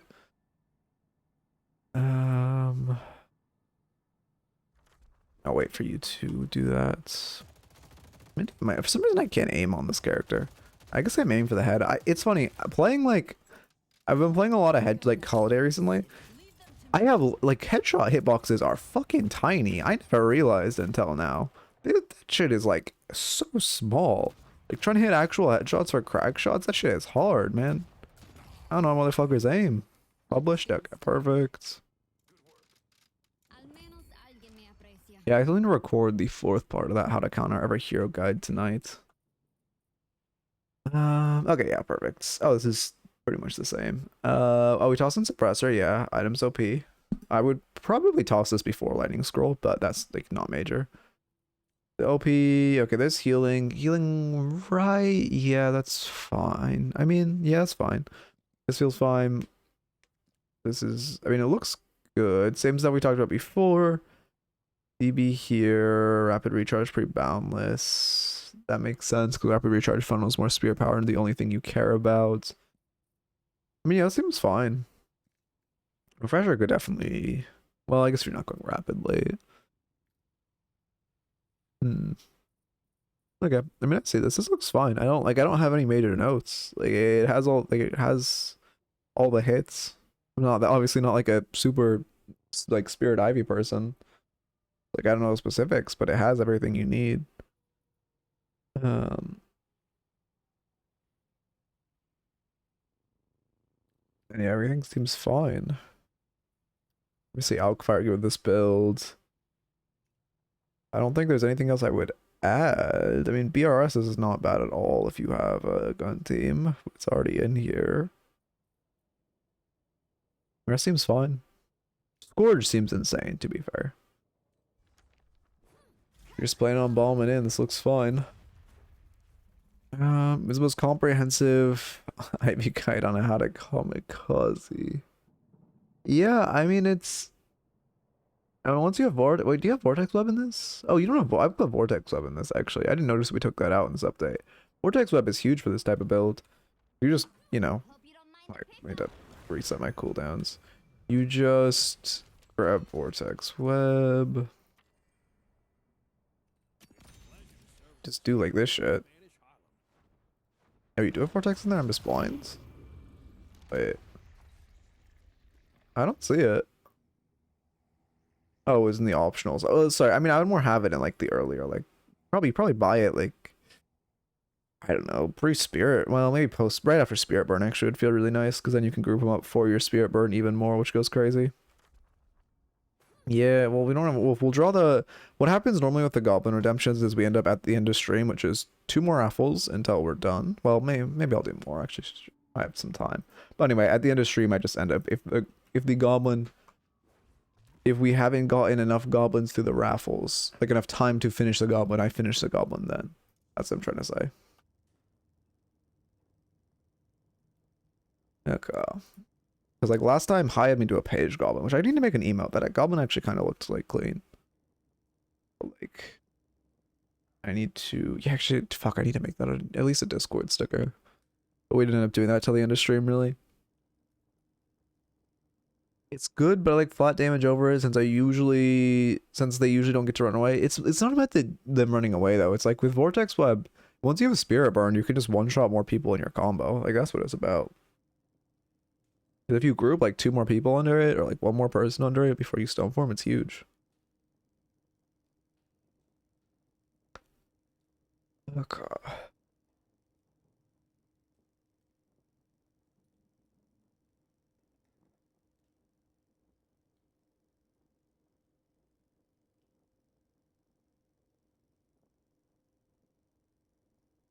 I hope they make some replays download faster. That's what they would need, like updated. So how am I not wall jumping so desperately? I was a wall jump, but it didn't make the noise.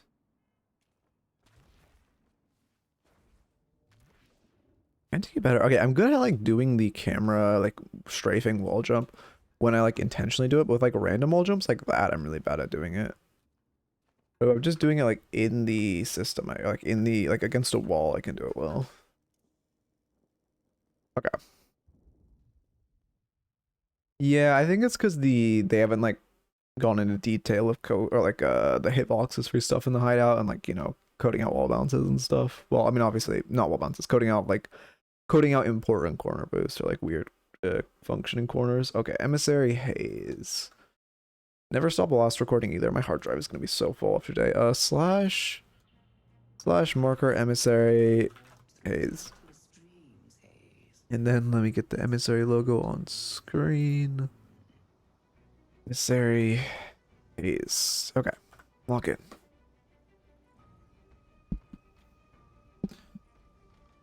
with greater expansion, there's usually a big enough stone form to get them flattened. Yeah, but like, I don't know, the grouping goes crazy though. If you're just grouping more, especially with Spirit Burn, like you're guaranteeing the Spirit Burn proc on multiple people. This is not a good early trade. Yeah, we just took minus so much HP for no reason. This is a mistake I see a lot. I mean, right now we're also just, we're looking at 7, we're just full tanking that trooper. This is a mistake. Am I not in this tab? This is a mistake I see this is a mistake I see a lot. Where we're just like, trading without our teammate. Because you just want to play aggressively off the bat, but you spawn into a lobby where your teammate is relatively passive. Or at least a meter not going for the trade. We're just minus like 500 per fun. Also, we took, 165 from troopers is not great at all this early. We need to be respecting wave more, and then also Yamada, obviously one of the strongest laners in the game. So we cannot really be, we shouldn't be trying to early trade with her. Because we're dead to 1 power slash now. Yeah, I mean it is. Headshot booster wouldn't hurt this game. Headshot booster is just such a ridiculously strong item right now, so if you're into a character with a big head, it feels crazy. Right first, obviously we need to go defensive.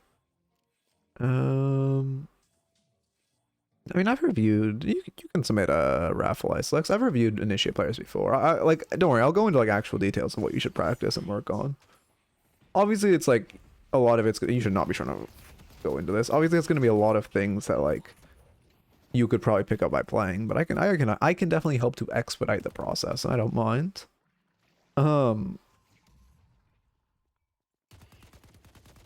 Let's see. Yeah, I was saying we shouldn't go into that Calico before anyway, because she was just dead to rights. I mean, this is very risky, but get it. Ooh.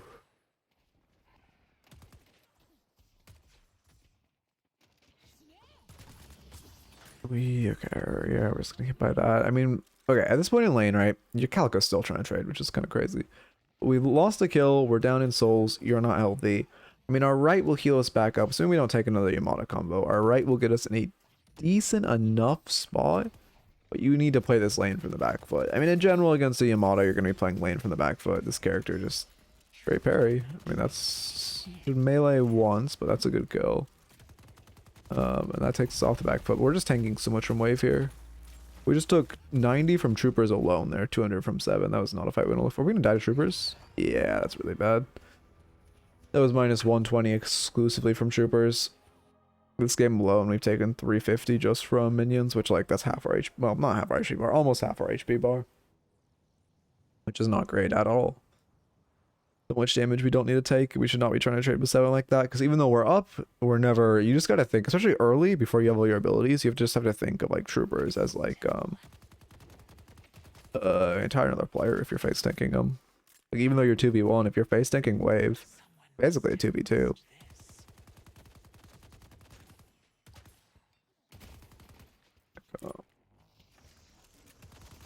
I have the FPS player brain, so I focus too much on shooting people. Yeah, it's hard to readjust to being in a MOBA, or like, no, I guess adjust if it's your first MOBA.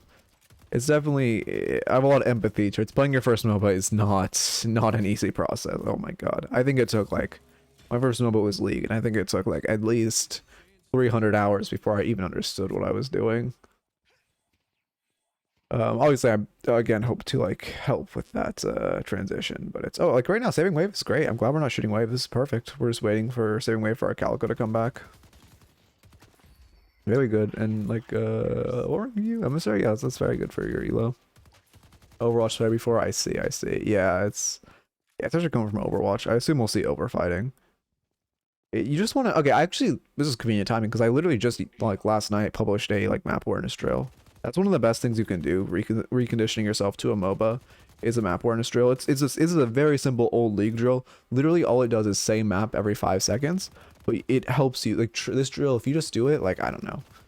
I don't even know how much you want to do it. It depends on the person, but if you just do it a bit, like, consistently, you will, like, very quickly get, like, improve your map awareness, and you'll start subconsciously checking your map every, like, 5-ish seconds. It's a really good drill. And I highly recommend it. Yeah, I mean, we get our ult out, which is good. Also extra spirits. Spirit improves fixation. Yeah. Oh no, it improves the like explosion of your stacks, right? Yeah. Okay. Extra health. I mean, I assume we want fortitude at some point. As far as extra health right now, I mean, it's not bad, but if you want a defensive item, I'd prefer something like spirit shielding. 7, I mean, 7 does a decent chunk of gun, but 7 also does a lot of spirit, especially, you know, 7 ults being online right now, very scary for a huge burst of spirits. And then also, spirit shielding feels great in the Yamato, because it just, you know, helps deny her. Or you could just go something like Enchanter's Emblem. I mean, you're by no means playing a Dagger Haze. Well, actually, no, because you're AP, you can't go Enchanters. But for some reason, Dagger Haze is actually what's meta in Pro right now, so it's not, I mean, it's not bad to, like, play a little daggery early. But you would have to switch your AP, which you can't really do. Okay.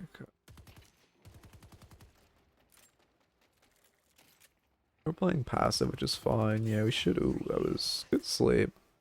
We definitely walked into her range, though, which isn't great. We're beaming the 7. I mean, great pick. Your aim is, like, stellar. I can definitely tell you played a lot of Overwatch. Yeah, I mean, those are great picks. We should hard shove wave. You should pop right now. Whenever you kill both of them, just immediately pop healing, right? Yeah, there we go. And then don't get shot by tower. Okay, we didn't get shot by tower. That's great. You could go to parry tower and then melee it. You obviously, now that you popped it right, I don't mind not going for the parry because you have to be very confident in your ability to parry and match your minion to not get shot off by the tower. Well, the thing about, again, normally, yes. Well, okay, again, I'm not saying you should go Enchanters because I thought about it more and you have to put AP towards Dagger. But the meta for Haze is Spirit, right? Well, it's Dagger Haze right now. As stupid as it is, that is the, like, Haze meta. Well, in Pro, in Solo, it's different. But, like, so it's not actually bad to play this build, as troll as it seems. But, again, you shouldn't, once I thought about it, you have to be putting, like, AP into, actually, do you actually don't know how the build plays? I don't look at it that often. But it's not actually that, well, maybe actually, I think you just have to have the minus cooldown, though, for it to really be playable. Without the minus cooldown, it's definitely not worth buying, and you shouldn't be switching around AP. BLS comes out way too early.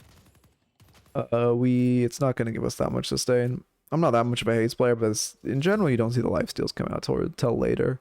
Even though it sounds like good sustain, it really doesn't give that much, like, healing. It's better to just, again, go something like Spirit Shielding if you want defensive. Or if you want sustain, go Resto Shot would heal you more. Extra Regen would heal you more, although it's slightly worse than Resto Shot. Does we have time to farm this? Oh, we do. It's nice. My Lottos are desynced, fortunately. Good parry. I did not think she would actually melee you there. I would have 100% tanked that melee, because I would assume she wouldn't melee twice after getting parried. We go active reload. Okay.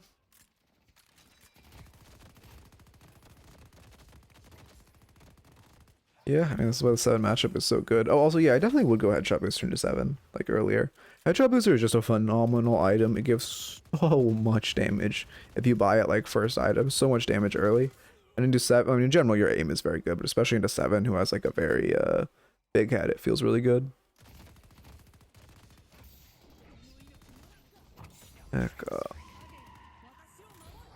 Yeah, or active reload definitely is better than bullet lifesteal because it just is like, oh, sorry, is that weapon shielding? No, it's oh, your 3 proc spirit shielding. Okay. And yeah, we're doing, your aim was really good. We do have to be afraid. Oh, Dino doesn't have ult. We're fine. I've been trying to headshot booster on first item on Viper. It goes crazy. I don't see any builds saying to do it. I think the reason builds don't say to do it is because it's hard as fuck to hit headshots on Viper. Those are good ults. I mean, yeah, we should get tower off of this. Pop active reload for the movement speed. We should just roll in parry tower. Yeah, perfect. I mean, your game sense seems pretty good. I mean, we should melee tower first, but other than that, the game sense seems good.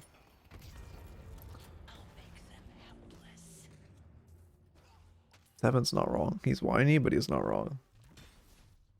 Gun buff is going to be huge for us. We're one lotto up. We're going to go to double auto camp, I assume. That's probably our best play. But yeah, also, one thing about... Well, Viper has... I'm pretty sure Viper is the... Well, no, I shouldn't... I'm pretty sure Viper is the only character that does increased headshot damage.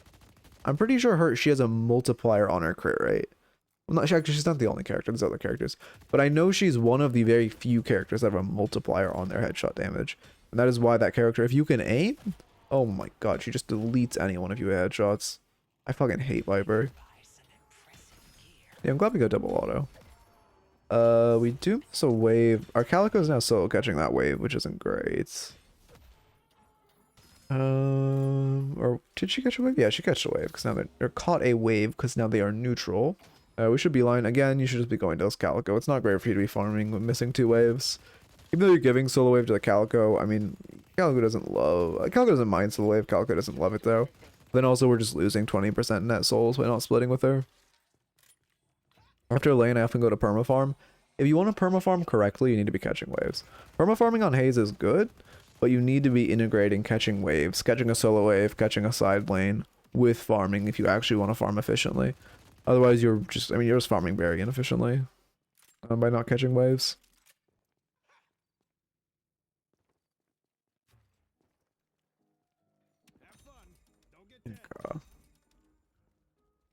Burst fire. I mean, yeah, that's complete for burst fire. Seems so early for burst fire, but it is a good item. What haze build do you use? I mean, yeah, this one we just have so many camps like gone. We aren't even up on souls. 11k by 12 minutes is not crazy good.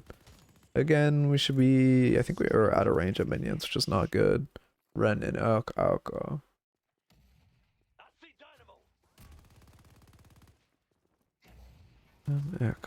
This is not good. I mean, you have one. You have both towers up.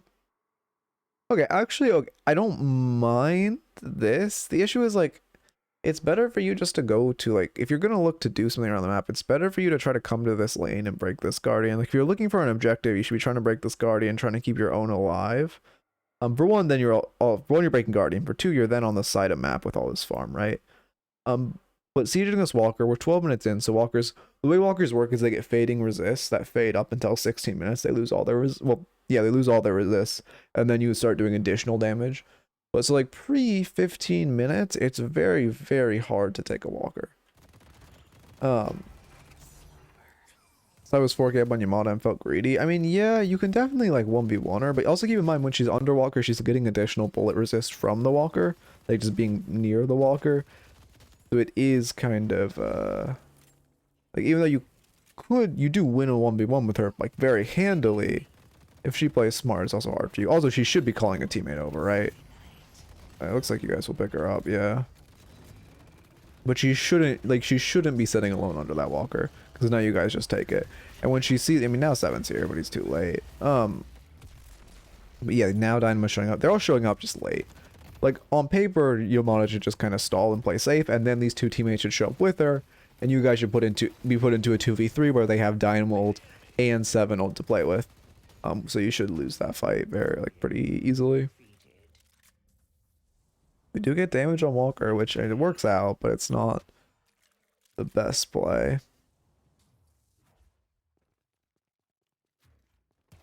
Yeah, I mean, honestly, that build does seem very fun for Ivy. We're gonna let them show in this wave as we farm Lotto. As long as we beeline wave after this, that's good. How many hours do you have in the game? I mean, you seem pretty competent. Here we go.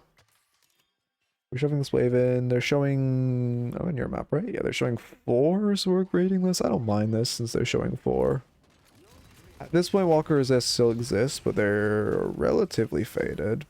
But the fact they're showing... we're really low, actually. We just tanked 500 from that Walker, like, fire, which is really dangerous. Luckily, no one's here, so we can just kill it and then invis out. That is super risky. You should probably invis before you grab that, just to be safe. Are we saving for a T4? What are we saving for? I don't expect to see a Ricochet rush this early. Don't expect to see Curse. I mean, it's not an old build, so we aren't going to see Silence Wave. I actually don't know what we're going to buy. I mean, we're not saving for a T4. Fury Trance, Fortitude. Okay, that makes sense. I mean, the Siphon Rush was really nerfed. Now that it scales with boons, you don't really rush Siphon anymore. Oh, but yeah, Fury Trance is an OP item. Like, I almost forgot that item existed. This item is just fucked because it gives 40% Spirit Resist, which is just insane. And once you have Fleet Foot, you can still slide with it. You don't even suffer from not being able to use stamina. And then you just have like 40% Spirit Resist on a toggle, which is crazy. So you use the command, and you've been watching me for a year. I know you know the answer to that.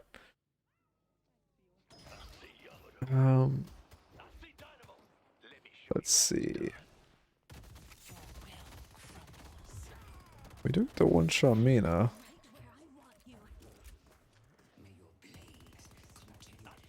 I mean, this is good. We're in this very winning game. I'm curious how you use your Fury Trance. It's also grouping mid is not great. We have...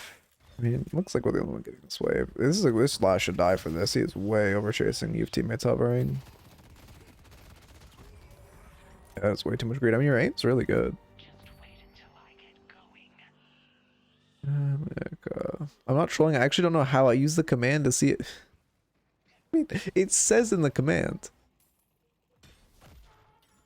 You just join, you just go to, like, put a match ID in the match IDs channel and then join the raffle. When, like, click the blue box when I do raffles. I obviously have to be doing a raffle for you to be able to join. There's Silence Wave. Okay. I'm surprised. I mean, obviously, Silence Wave is a very good item on Haze.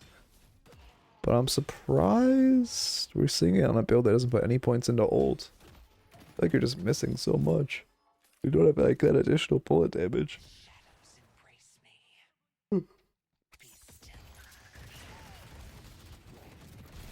Yeah, good kill. I'm glad we're... I mean, yeah, we'll take that.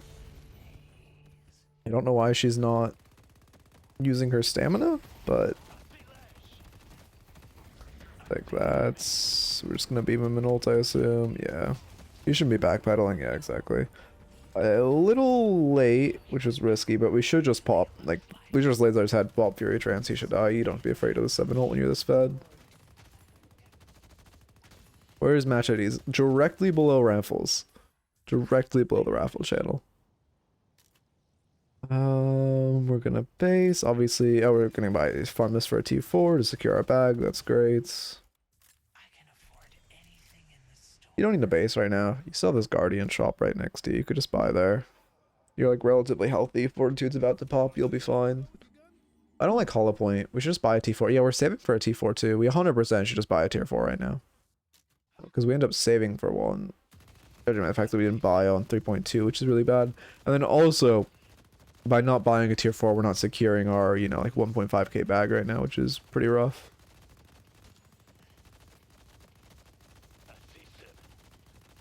Heck,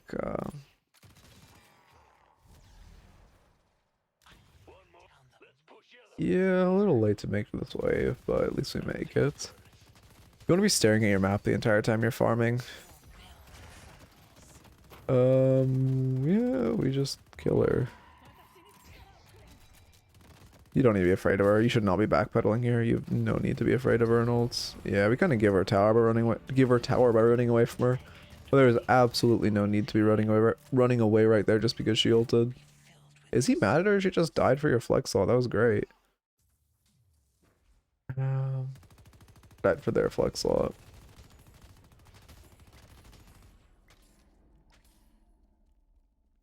I can't see it on my life. You probably have the raffles like section minimized.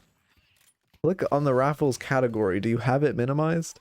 Our yellow walker is under attack. Inverness are at least on their team.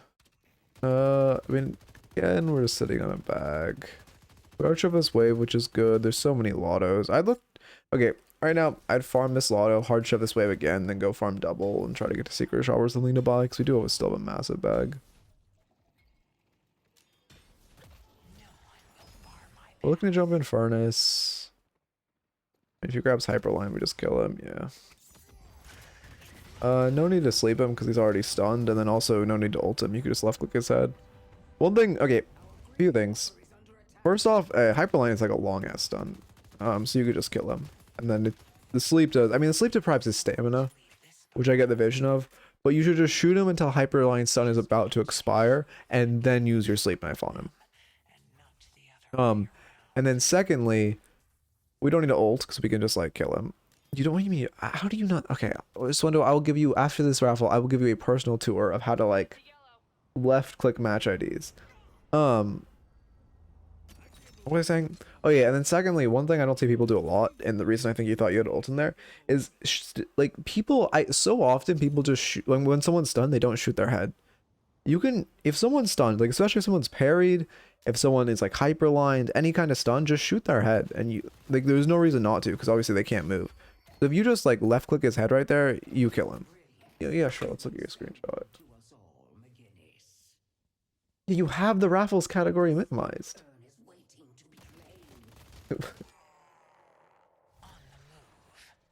I'm pretty sure. I think you have like air. Let me see. Right here. Well, I'll do this after this spots one though.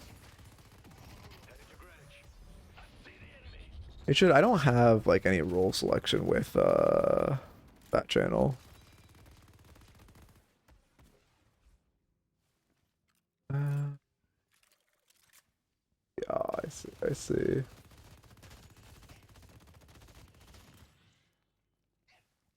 Okay, there you go, Swento.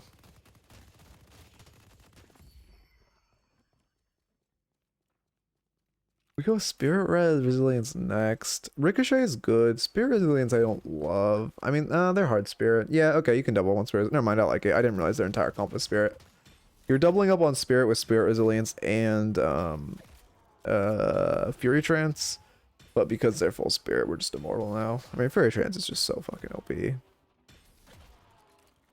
Zora wouldn't be bad this game.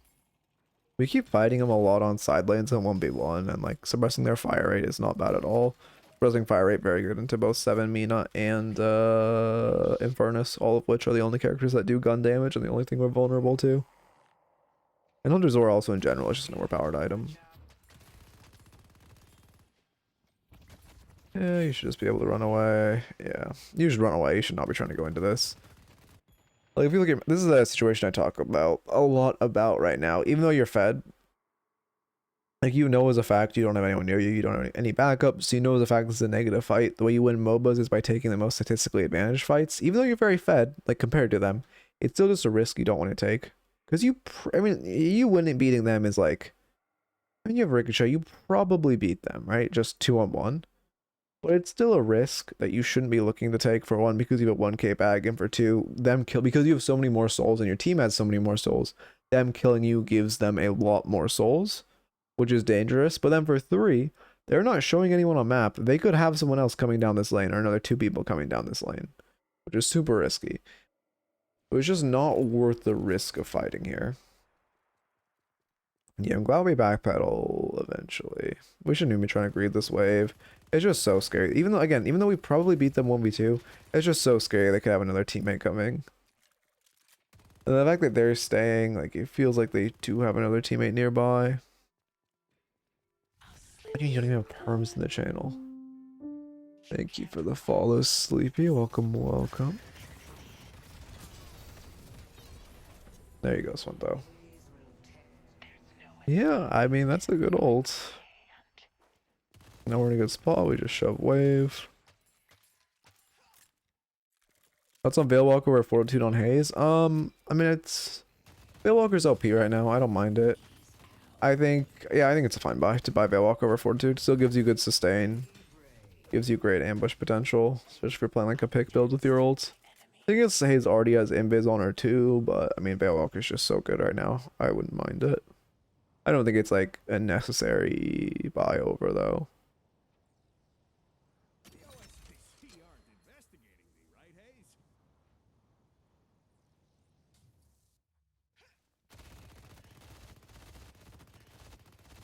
I'm glad you got them infighting.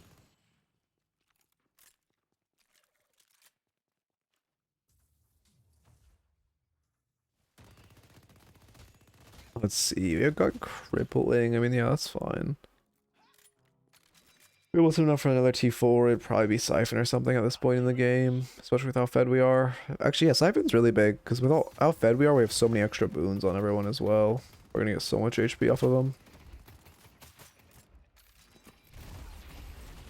I mean, you have to be afraid of Dino ult. That's like how they win this game, is a big Dino ult, especially on you, because you're the scary one. Like, it's pretty, if they can kill you with a solo Dino ult, it's pretty worth solo Dynamo ulting you. Because you're just so scary right now.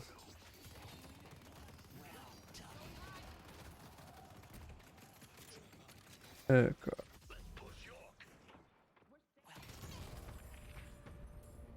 Yeah. To kill, and then... Wait, we get Patron Knock here, right? It shows you have a wave crashing into your walker.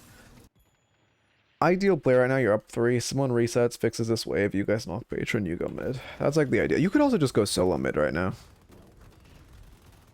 Wouldn't mind that.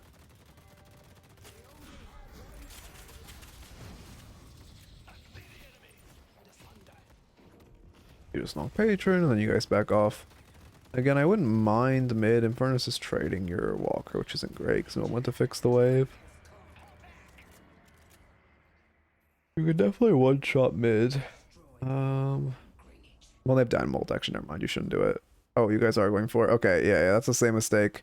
You should go for it normally, but because they have Dynamo ult, you guys actually shouldn't go for mid. Because that's how they win their comeback into this game, is just by Dynamo ulting and stealing. So though normally this is a good mid, because Dynamo ult exists, it is not.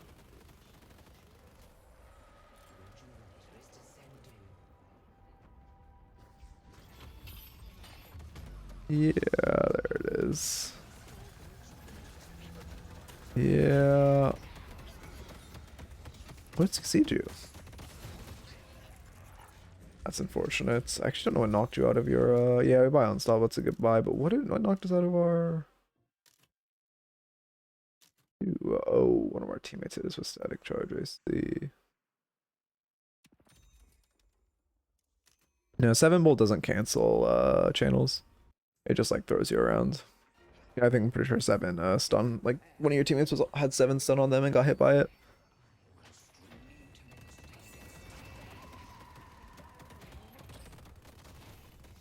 Stop is definitely a good buy, though.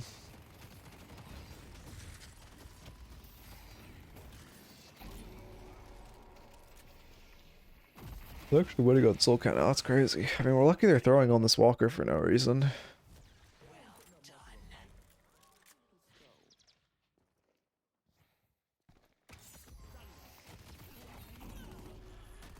And yeah, we're cleaning up all their walkers. Or not all their walkers, all their rejues. Good parry.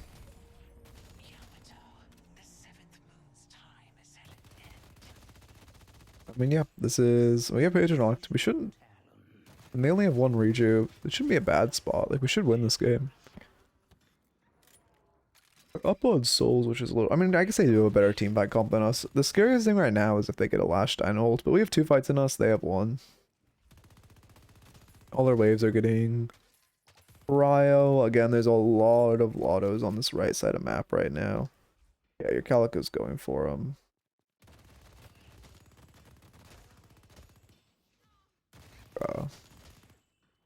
Dynamo does get refresher later. It makes team fights almost impossible. I mean, your unstop should be good, like a good counter in Dynamo. Also, if you're getting Dynamo ult, like the Dynamo isn't meta right now because his ult, you just have to space his ult. Your team just can't be standing on top of each other.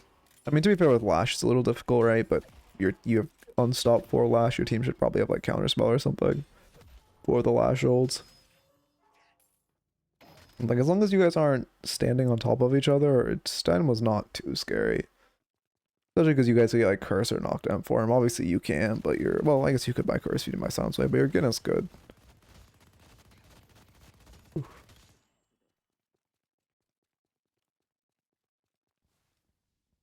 Yeah, you're the only person that really matters in team fights. Again, if we don't get Dynamo ulted, we're fine. Our unsub should be good for preventing it.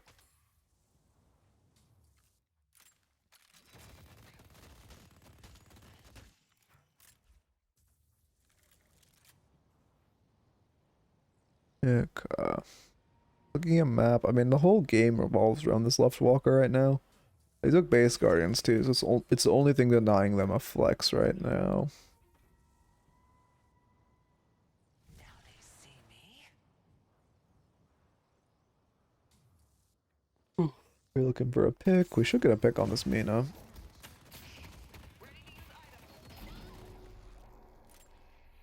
She's gonna 2, so yeah, as long as... Okay, we pick her up. That's... She has lightning scroll? Okay. I mean, that low-key... Again, you just have to be careful of lash ult, but as long as you press unstop if you get lash ult, you guys are fine. Why does Yamal have Phantom Strike? There will be more. Okay. This is just an interesting lobby today, I suppose. I do like Silencer though. I like the Silencer battle a lot. Also, again, just more Spirit Suppression, which is great. Yeah, I mean, you just have to hover your finger over unstop. As long as you don't get hit by Lash or well, mostly Lash, but also Dynamite, you're fine. Like, grouping a pit here is super risky. You pop unstop, but you don't have ult. You need to press Fleetfoot Fury Trance. If you press Fleetfoot Fury Trance, Patron is already gone. But now you've wasted your unstop. You need to just hit it right now. Like, no one in your team is hitting Patron. You need to hit it right now. Maybe you get solo Dynamolted and everything, but like, that's fine. Yeah, your team is just not ending. Okay, a few issues there. Nothing to stop Dynamo, which isn't really on you. But your team needs, like, especially Guinness needs knockdown or to wall him, or for any of your teammates with like Great Talon not ulting him there is insane. But also, when we unstop in that pit, if we just press unstop, Fury Trance, Fleetfoot, and just slide around pit, we can one-shot Patron before 7 one-shots us, and we're fine. Unless the only way they stop that is by solo lash holding us as the unstop's expiring, and then our team just wins.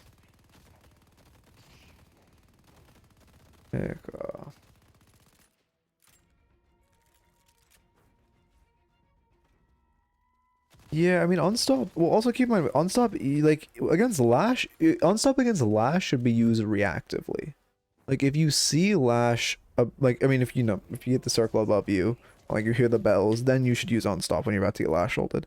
Against Dino, you have to be preemptive, though, because you have to be like, oh, we're in a spot where we could get ulted, he's looking for an ult, we need to pop this and be fine. Which is also why in that pit, to be fair, you probably shouldn't have popped unstop immediately. So, oh, I mean, this should be fine. We should just press ult here. Like, you're not gonna get away from them. Yeah, you need to just ult them there.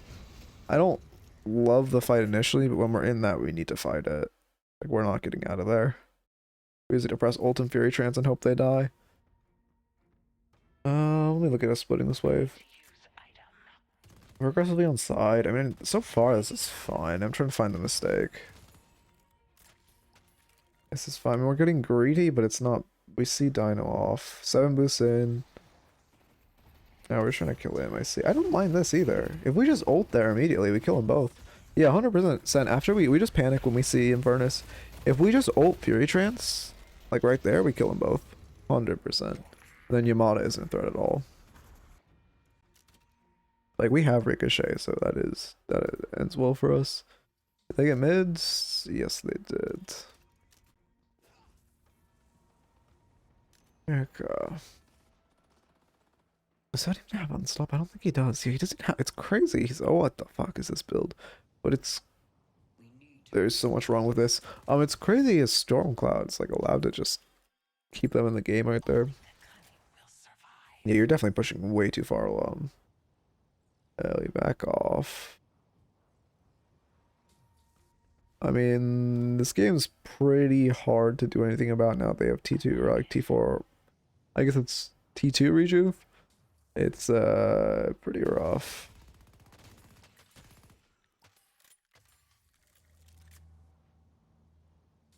They probably should just take our. I mean, it's insane they're not sieging us. They're wasting a lot of their rejuve, which is good. That build just got worse the more you looked at it. Yeah. Yeah. Let's count the normal 7 items in this build. Compressed cooldown, I mean, the fact compressed cooldown at 35 minutes not being upgraded is insane. What's compressed cooldown even on? Oh, there's 1, okay. So that's never mind. That's not even normal because that should be upgraded at this point. Fleetfoot's normal. Cultist is normal-ish. Enchanter's Emblem normal. Surge of Power normal. And Escalating Exposure is normal. And Leech, I suppose. Everything else is interesting. I mean, Metal Skin makes sense because you're a Fed Haze.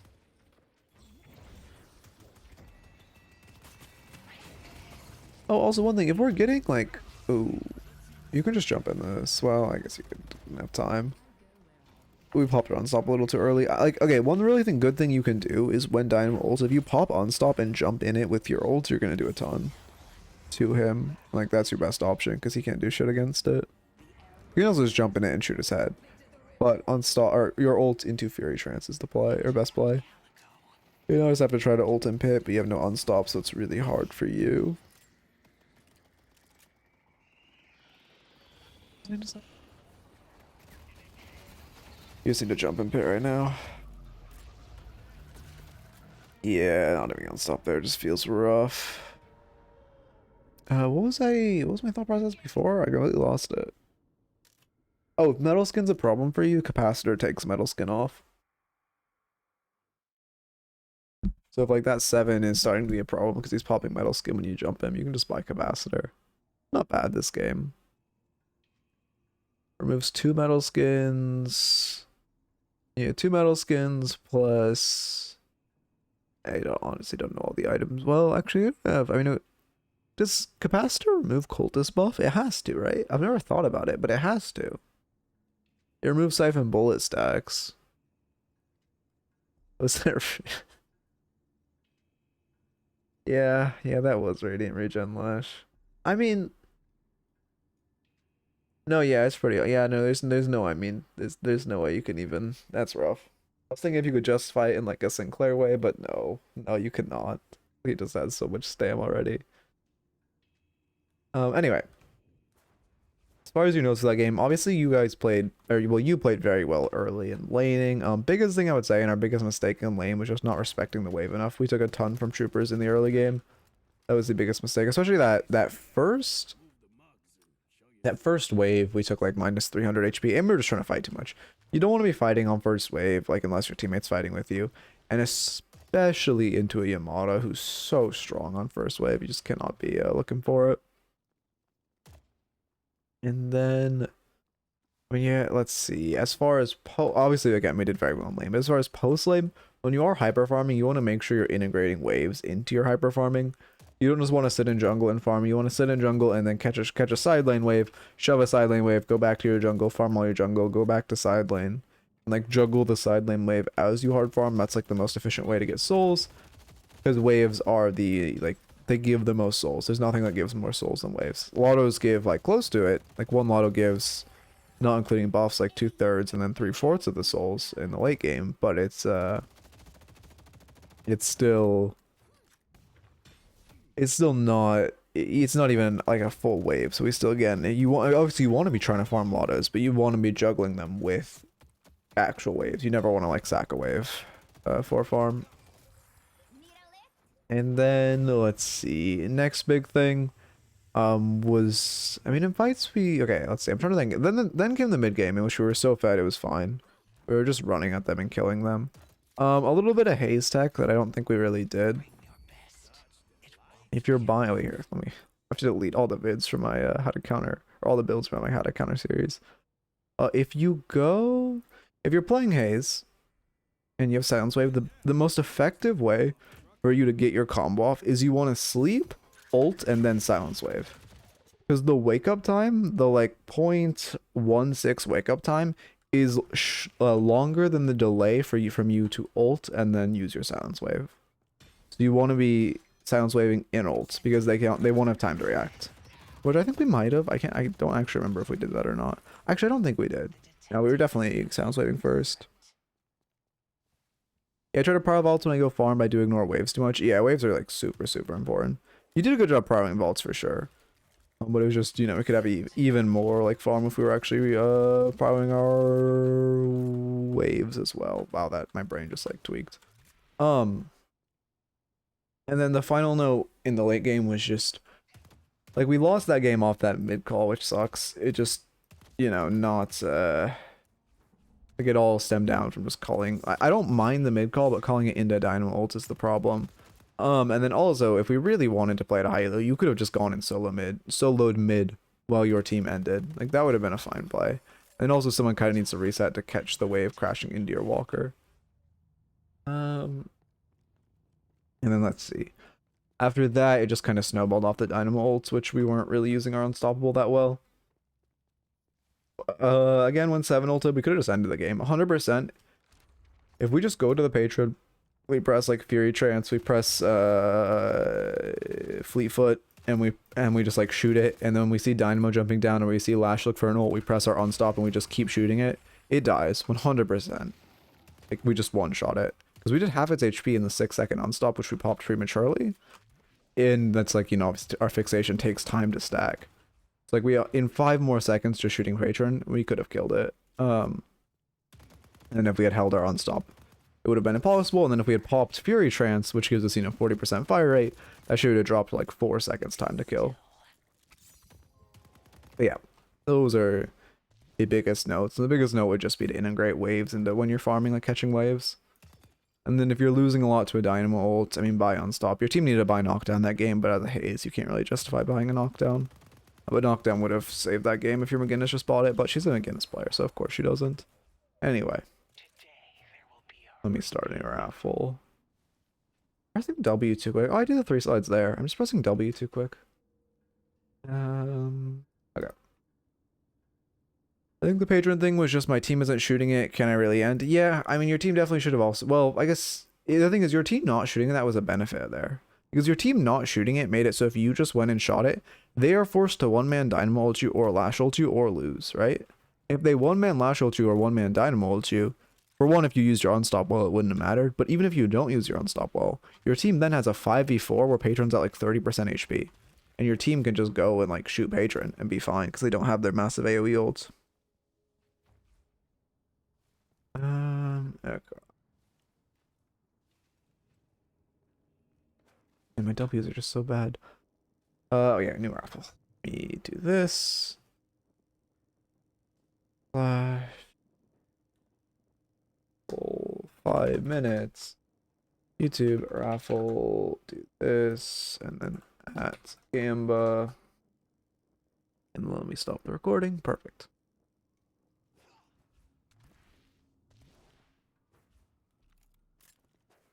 It does feel fun. I just like, I don't know. If I could aim, I need to aim train again. I just find that shit so boring. But like, that's what I need to do. Viper fought, I pray. Fuck Viper. Yo, wait, I need to go piss real quick. 1 second.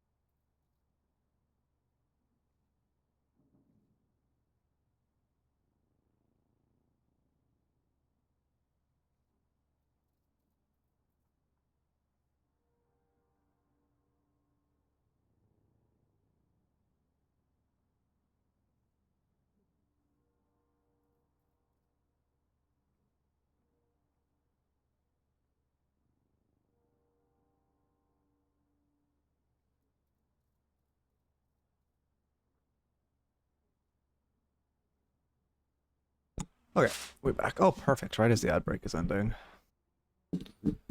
How do I join the raffle? Got an ad break? Oh yeah, someone circle. I already did it. Just exclamation point raffles. You go to the raffles. You join my Discord. Then you go to the match ID's channel. Drop your match ID along with the character you played, and then under the raffles channel, in the raffles channel, you just click this little blue box under the raffles to enter. Calico. Oof. Okay. But yeah, I'll fuck. I'm actually gonna have to start getting like, well, whatever. I'll burn that bridge later. We're probably gonna need to start thinking about like, again, minor restrictions with raffles, and nothing like crazy at all, but just like, you know, you have to have more than like, I don't know, 50 hours in the game or stuff like that. You have to have more than like 30 games on the hero you're submitting. The Woohoojin wipe. The tickets are just like a pity system. So like if you lose a lot, eventually you'll win. Everyone starts with 5 tickets, and then every VOD or every raffle that you enter, you get 1 more ticket. And then after you win, you get reset to 1 ticket. But it's purely a pity system. Do you not like reviewing very new players? It's not that I don't like reviewing very new players. Oh, also, yeah, map indeed. We love the map video. I hope that video does well. I made that because I need an updated map video for myself. But it's not that I don't like reviewing new players. It's the fact that like the first 30 games you play on a character, you could like the mistakes you're gonna make. For one, you're gonna be way more focused on how to play that character than actually like your macro decisions. So you're gonna make mistakes you wouldn't normally make because you're just trying to focus on how to play a new character. For 2, you're gonna like forget to use stuff. But then the main thing is that everything that I teach you about the character, like how to use the character, you could just learn by playing like 30 games on the character. Like it's stuff that, like, sure, I'm expediting the process, which I don't mind. Normally I don't care if I'm like reviewing an initiate player, initiate 1 player, or like someone who like has first game on the character. I don't care because I'm like expediting the process. But at the point where raffles are starting to get more contested, like they are now with a lot of people joining, it's like obviously I prefer to review someone who like actually the review is like helping more, you know? I'm gonna try using it in game. The comments had me crying. I haven't even looked at the comments on it. I'm afraid to look at the comments of that one. Where do I find the match ID? Oh, it's right under the raffles channel. It's here. I can. Will this work? No, that will not work. It's just directly under the raffles channel. In the raffle section. It's just called match IDs. You just go here into the match ID. You're chilling. What did Swento say on his submission? Oh, he didn't say shit. Damn. I'm pretty sure he's just submitting a VOD because he like I think he got rolled and he wanted to mauled.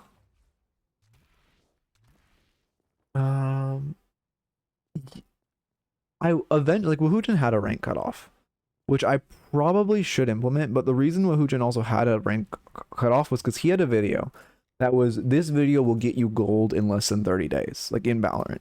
Where it just told you a ton of stuff to do for 30 days, like aim training to do for 30 days, the drills to do, what you should practice, and just if you did it for 30 days and you weren't gold, he would just immediately give you like skip the line free coaching. So I kind of would need, it'd be good if I could get something like that, right? And then I don't know where the rank cutoff would even be. Probably, what's below? I don't even know my Deadlock ranks as well as I should, considering. Again, you know the ranks are dog shit if someone coaching for a year struggles with them. Like, the rank cutoff would probably be like I wouldn't coach Seeker and Initiate players, I guess, if I was to do that. Arcanist Geist. But I'm not... I mean, I guess that is kind of something that needs to come eventually. I prefer to leave that for later. Okay. Your videos have been helping me climb out of ELO. Win rate has gone up massively. Thank you for the informative content. Of course, of course. I'm glad you appreciate it. I am happy. I'm glad that this helps people. I'm glad to be helpful. I love doing this, honestly. Like I love coaching. I just love making content around the game and playing the game a fuck ton because this game is so addicting. So I'm happy to do it. Let's begin. Let me see how the... I'm assuming this video flopped, but let me see how the binding multiple pinwheels did. Or is doing. I'm assuming it's a catastrophe with flop. Oh, it's actually doing that bad. It's not doing good. Actually, it's not doing bad at all. What the fuck? It's doing better than my coaching. Or sorry, better than my coaching. Why? Okay. Whatever. Okay, kind of hurts. Kind of offended, guys. Not gonna lie. Prefer to see pinwheels than my coaching sessions, but you know. Been wondering about pro stuff for ages. Yeah. Honestly, big thank you to Farewell Noob for like teaching me how to do that, because it is nice to have. And like I'm a person who I've been using my mic more, but I don't love using my mic. So like having multiple pinwheels is so nice. Not a molding request. I just want to get. Oh, you actually want genuine coaching? I'll bet. So you don't have to like enter the raffle. If you want genuine coaching and you are genuinely wanting to improve and you will genuinely listen to me when I give you advice, I'm happy to do something along. I mean, people have been wanting live coaching for a while, which I've said I've only do with another streamer. So you fit in that regard, or I'm just down to like coach you if you genuinely want coaching. YouTuber don't have a bad video, be their top performing video. Honestly, true. God, I love what was it? Cookie Crazy Carbine, one of my favorite videos. I settled on removing situational context ping, but now I don't have to. Yeah, exactly. I always felt like I was pressed for pings. I don't really watch YouTube, just streams. Hey, we're glad to have you here. I appreciate all the stream or stream viewing content. Start recording. I'm Seeker too. That's like bronze in league terms. Well, I mean, yeah, low bronze. I would say it's about low bronze. But obviously you'll get more to with the game. I don't think it's like iron. I think iron would be initiate, but it's definitely it's not silver. Slash marker. Who are we coaching? Arcanist Geist. Yeah. I mean, you can climb out of like an issue seeker just by like playing the game more and getting a handle on the game. Again, I'm happy to coach you. Don't get me wrong, but like that's a type of rank where like it's not you being in that rank is nothing but a testament of like this is not the right rank. Nothing but a testament of like you you know you just need to put a little more time into the game and like probably watch more content on the game too. We got up the suck, which is good. We should be focused on wave. We're losing wave brow right now. I don't know what that means. What is a glyco rating? It's my Geist. I'd love to add that I played. Hey, content good as hell. Full glaze. I appreciate it. It's my Geist. Let's add that I played disgusting. Oh yeah, if you have anything to add, like now, I appreciate when people tell me who they are in chats. Like if you have anything to add, I'd love to hear it or any reasoning. If I have anything I want to ask you your reasoning on, I will. Okay. And we're just losing wave, bro. We're not really shooting minions right now. Chess rating, I see. Do just like eventually, it's basically the stat locker rank, like an external rank system that's better than the actual rank system.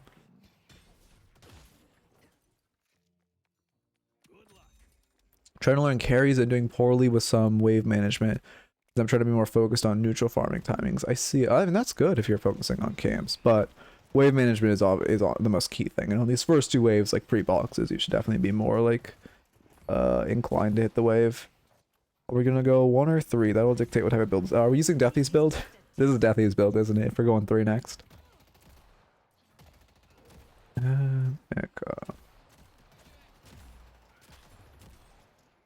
Ooh, that's an eye. I didn't take it. That's good. But we just kind of gave him that deny. I'll leave 2 bullets. You might as well be putting a bullet in that minion. Okay. Yeah, I mean, also, that's the thing about MOBAs, right? Is like there's some simple things, like, I don't know, managing your soul count when you want to buy items, like in laning stage, super easy. But like in practice, when you're trying to manage that and like all these other things, it becomes difficult, right? And the key is getting it to be like subconscious so you can focus on other things that you need to work on. But that obviously, you know, comes with time.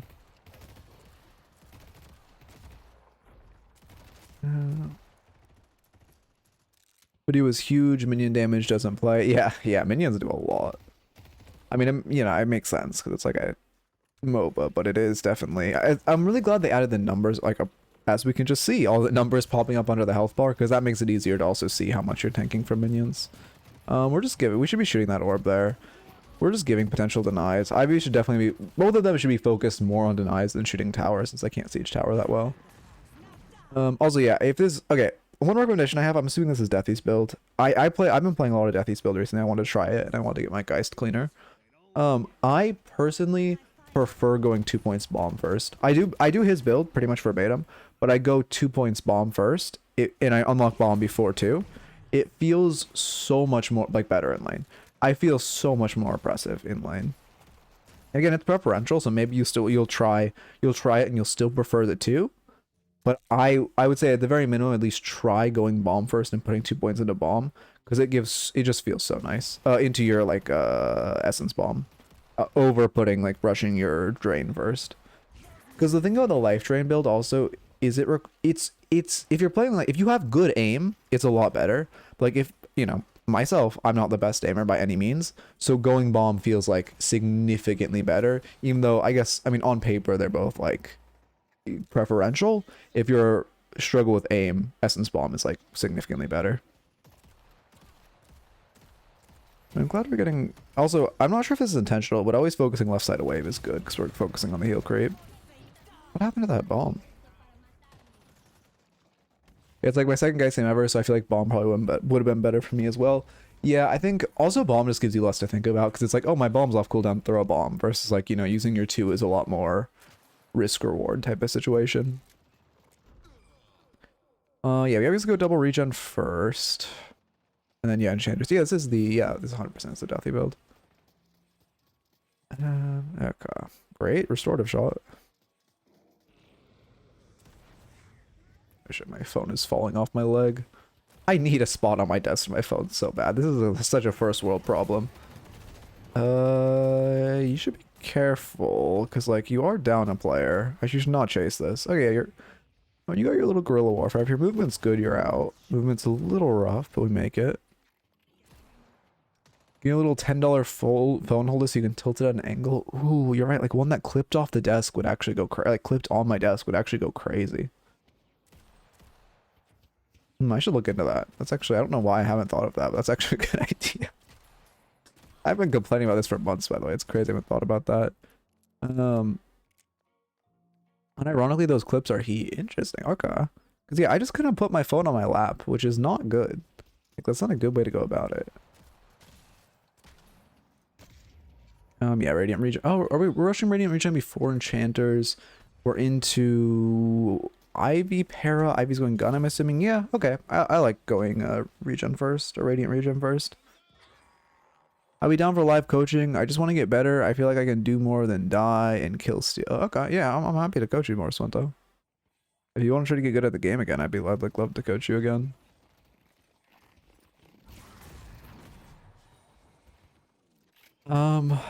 Okay. I mean, this is a good suck. Cohen tanks, yeah, they should be dead. You just throw a bomb. Bomb's a little, I mean, okay, this is like, I mean, it's, again, this is kind of an hours on Geisting type of thing. Good kill. Does she have bomb? Guys, her pack died too soon, right? Yeah, yeah. But like, when you throw your bomb in that Kelvin, like, dome, you shouldn't be throwing it at the edge. You should be throwing it more towards the center so you hit, well, I don't think it can cover the entire dome, but you're wasting like almost half of the bomb radius outside of the dome, when if you threw it more in between them, you would probably hit both of them with it. Again, that's kind of an hours on Geist thing. But just something to note.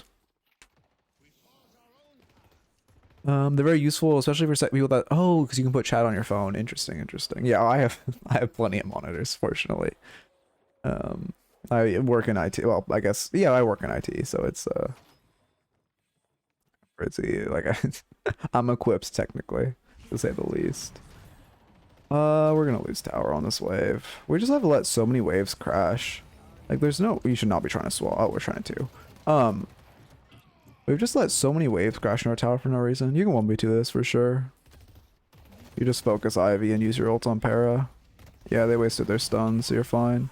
You ulted too early on Para. You want to save your ult till you're like 20% HP. And then also, you want to be focusing Ivy at all points here and not Para. Because pretty much any damage you do onto Para is just damage to yourself in future, because obviously you're like forced to ult her. And then, yeah, we 1-for-1 could be worse. You do seem like an IT guy. I don't know what it is though. Yeah, I guess, I mean, yeah, I mean, I feel like, huh, yeah, I wonder what that is. I feel like a lot of people, like, I mean, obviously I'm very, like, game build, right? Which I feel like that does kind of, and normally if you like games, you're at least, at the very minimum, good with tech. Did our Abrams, or not our Abrams, our Kelvin pick up the Para? Para resets. We're going to farm their Lotto. That's great. I love stealing this Lotto because we have Wave Prio. The curly hair. Is that actually like a stereotype? My boss doesn't have curly hair.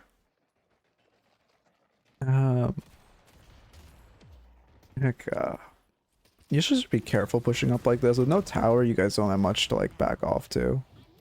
And again, it's not that scary in a 2v2, but you got to keep in mind when you guys are pushed up like this. Hang on, we'll just do a little map break.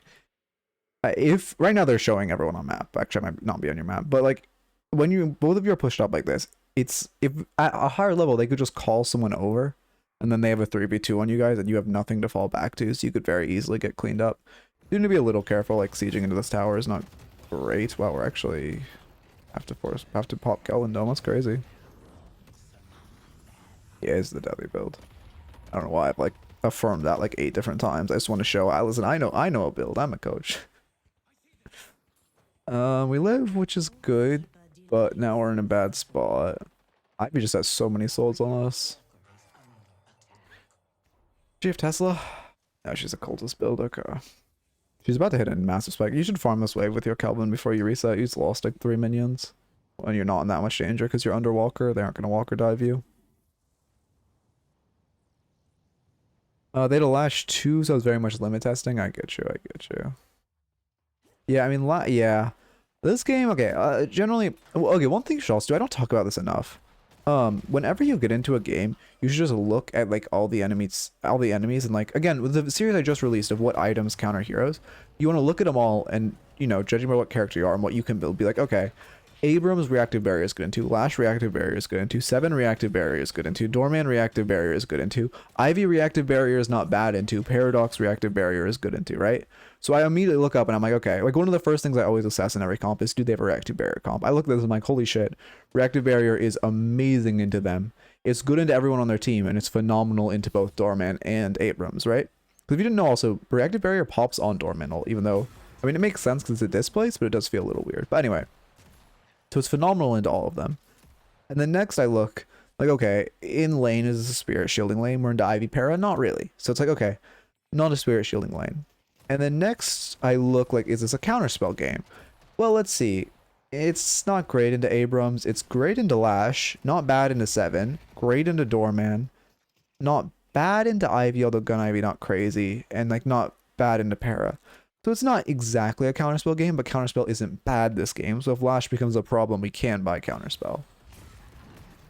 It's like immediately again, I'm also assessing this and saying like, holy shit, reactive barrier is like a stellar buy this game. Although if you're a gun character, you don't really want to. Reactive barrier still matters, but the reason reactive barrier is so good is because it scales with it has 2.1 spirit scaling. It's just parry on the vending machine. You don't need to steal it from her there. If you just stand on top of it, you get a guaranteed parry. Charles White. Oh my god, my phone keeps sliding off my lap. This is actually driving me crazy. What was I saying? Wait, I just lost my train of thought. You don't get to do anything about door channels? Yeah, you can't. Well, but it doesn't pop when he channels, Izzle. It pops when you get teleported in. That's what's interesting. Wait, actually, I don't. To be fair, maybe that's untrue. I guess I've never looked if it pops. I'm pretty sure it pops. I don't know. I mean, either way, it doesn't really matter the specific of why it works. It matters that it does work. But that is, I guess that makes sense. If it pops when he channels, that makes a lot of sense now I think about it. Oh my god, why? Oh my god, the Ivy. I can't wait. One thing I'm also so excited for, like, obviously I'm very excited for this game coming out. For so many reasons, but also like career reasons. But why is there just a bug? Okay, I guess that's just there. But also, I mean, this is a great example. Like them, I'm so excited for them like upgrading the replay system and patching replay bugs. Like if I could just have a button to like pull up all of chat like that instead of having it disappear so quickly in replay system, I would love that. Did I get? Oh, okay, well, whatever.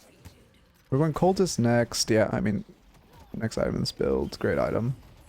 That's also one reason. Okay, I like deathy build. I like deathy builds. Well, I like some deathy. I guess deathy builds are kind of hit or miss for me because I don't like his Lash build, but I like his Geist build. But anyway, I'm like I like some. The point is, one thing I don't like about deathy builds is the fact, like if you're a newer player, it doesn't have optionals. Like this Geist build doesn't have optionals, which is kind of rough when you're a new player because it doesn't even make you like consider to think of stuff like reactive barrier or spirit shielding, right? So you kind of have to do the carrying. And again, it's because he just, you know, optionals, like, he just kind of knows good optionals, right? But it makes it, like, as a newer player, like, when playing the build, you aren't, when you have, like, an optional right there of, like,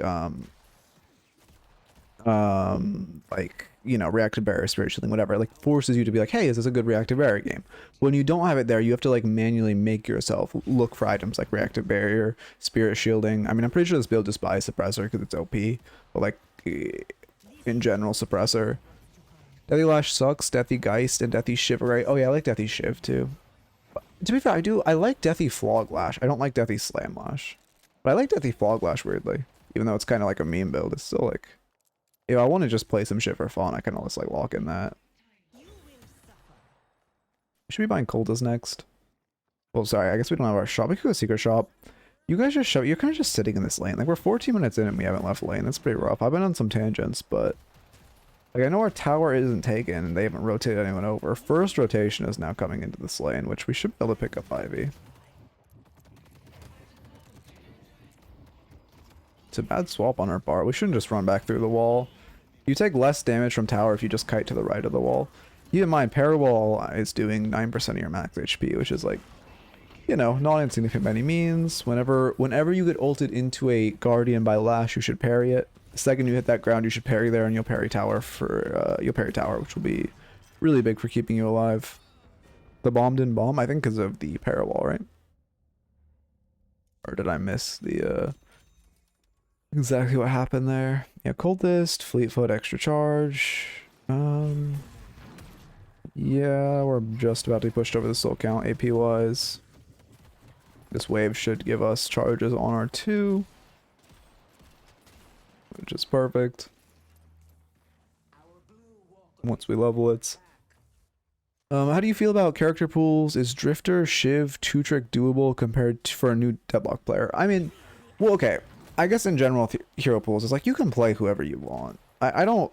If you want to rank up the most efficiently, like if your sole goal in this game is I want to hit, I don't know, a Turnus as quickly as humanly possible, then one tricking is best. Well, there's no draft. When there is draft, that's a whole different story. Well, there's no draft, one tricking is best.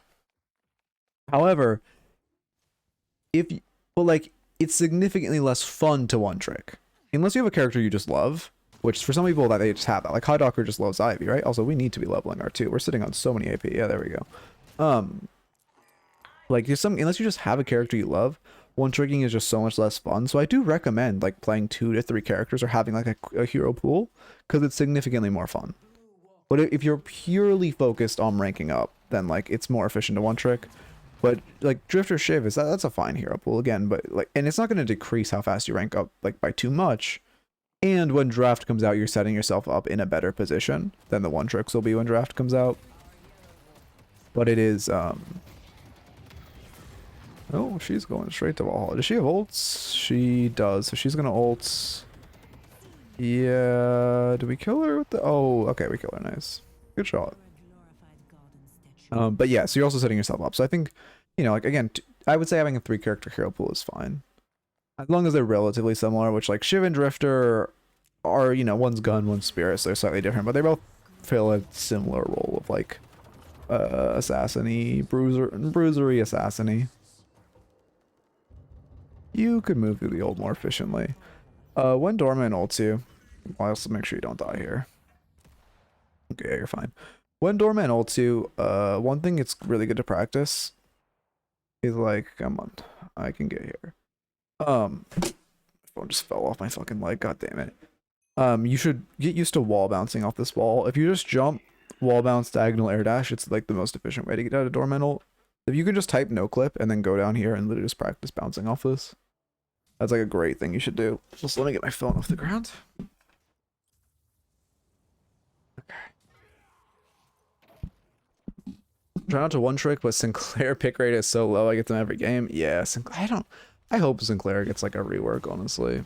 The Sinclair, their pick rate is so low because they're so unfun, but holy fuck is Sinclair broken.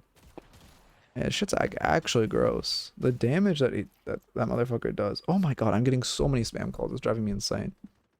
I'm like pretty sure, like I said, I've said this before, but I'm pretty sure some people have a thing where they just, whenever you're asked like your number for something, they ring all of them at the same time. That's not good. I mean, it looks funny, but now, like, keep in mind, it's a 30-second cooldown on your life drains. Like, that is a long cooldown. Also, when you're malicing them, you can malice 2 at a time. If you just stand like back here, you can malice 2 at a time, which is it just makes life easier and makes life makes you do more damage. But also because like now in that time we took us, okay, we kind of got 1 charge back. We're a minute away from having all our life drain charges. You only want to use 1, maybe 2 life drain charges while farming, because if you're in a fight, you want to have 3 charges, ideally, right? Sinclair seems cool, but I wish he was more of an assassin. The thing is, I just don't like that he's a poke mage, man. Like I was a Silas main in League. I love ult stealing characters. That is so cool to me. But making him a poke mage makes me want to like strangle myself. I hate poke mages. I don't know. It's so sad because he's like the character archetype I love. Well, then it just feels so fumbled in the fact that he's like a weird poke mage, but also like hybrid support. Not even mentioning how broken an AoE polymorph is. Not even getting into that. Yeah.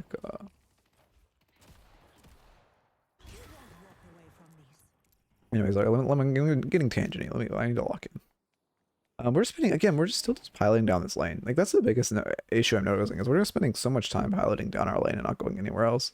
Like we're 20 minutes into this game, and I think you've spent over 90, maybe even like 95, 100% of your time in one lane. We're also piloting towards a fight, which this is fine because it's a positive fight. With parry, again, I mean, you know, something I tap out all the time. If an Abrams misses charge on you, just parry because they're buffering their melee. They will always try to melee on you. This is a great fight. This should be mid. I mean, if you guys are playing this textbook, you can immediately go mid right now. Like, well, not obviously you finish the fight, but then you go mid after you win the fight. You're resetting to stop the wave, which is fine. A little inefficient in your routing. It's more efficient just to go to base. You're trying to cut her off, but she's just gonna ult. Just dodge her stone form and she can't kill you. Oh, that sucks. Yeah, we get her ult out as it matters. Sucks we hit a minion on accident though. With R2. Just keep in mind you can't cast your like suck multiple times. But then when you're trying to suck her again, while your suck is still active, it can only cast on a minion there, right? Okay. Calico, Holiday, and Viper are inherently fucked by the way they're made. I have said this time and time again. I am a very strong proprietor. Remove every character added on the January 17th patch. Remove every single character added then, and I will be happy. Maybe it was June 17th, actually. I don't remember the date. I think it was June 17th. Remove... No, it doesn't sound right. It was January. Remove every character added on January 17th patch. I will be so happy. That is Sinclair, Calico, Holiday, and Viper. 4 of the worst characters to play against in the entire game. I 100% believe that patch was a mistake. Like, genuinely. And then also McGinnis. Remove McGinnis as well. Fuck McGinnis. Thank God we didn't get Raven. Can you imagine if they added Raven to this game? Ooh. Roots. Fuck all those characters. I mean, like, I've been playing Holiday recently and just, well, it actually doesn't feel gross now that she was nerfed to the ground, but it still is like I just feel bad. Like, I still feel bad for the enemies. Like, when I hit a last one, I'm just pulling the team. Why are we hitting on Raven? You go to my, oh, was it a YouTube channel? I don't think it was a YouTube video. Oh, it's lost to time. I think the Raven 60, no, the Raven 66 was co-streamed on YouTube. Go to my YouTube channel, go to my old streams, find the January, no, it wasn't, what was it? It's called Raven 636, I think. One of the worst pieces of content I have ever made. Oh my God. Anyway, sorry, we're coming to this fight. I need to focus on this. I'm like really locked out. This isn't a bad fight. You guys are hard focusing Abrams, which isn't good right now. He's on your back line. Okay, he's alone, so you're just cleaning him up. That's good. You should be able to kill 7 here. Ooh, we just give a Holland. Good switch. Or swap. We have to be a little careful, but this is a good fight. I mean, again, if we get like another pick, they should be mid. I don't know if we will get another pick, but if we do, it's a great time to be going on mid.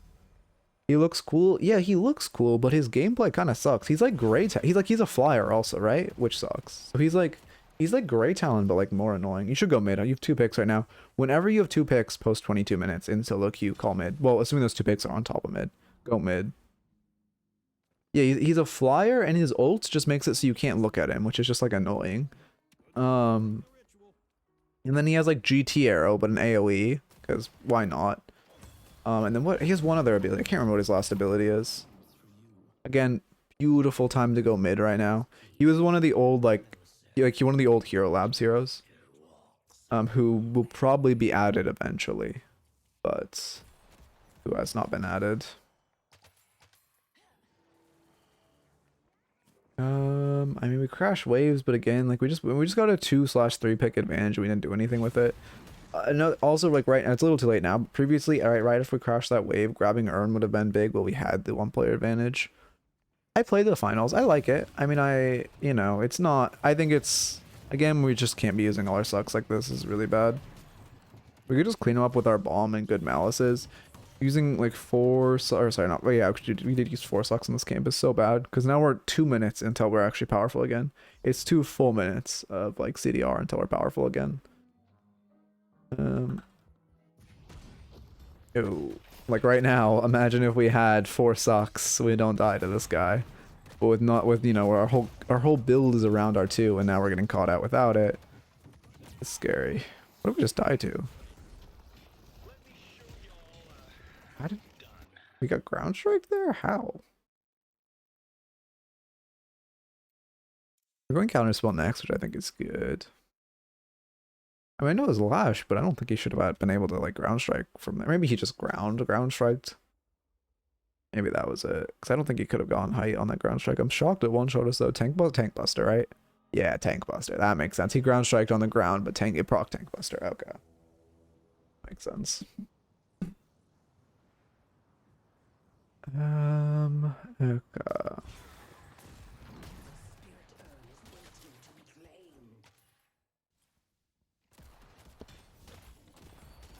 We're down 1. I mean, Urn has not been run this game, which is not great. Can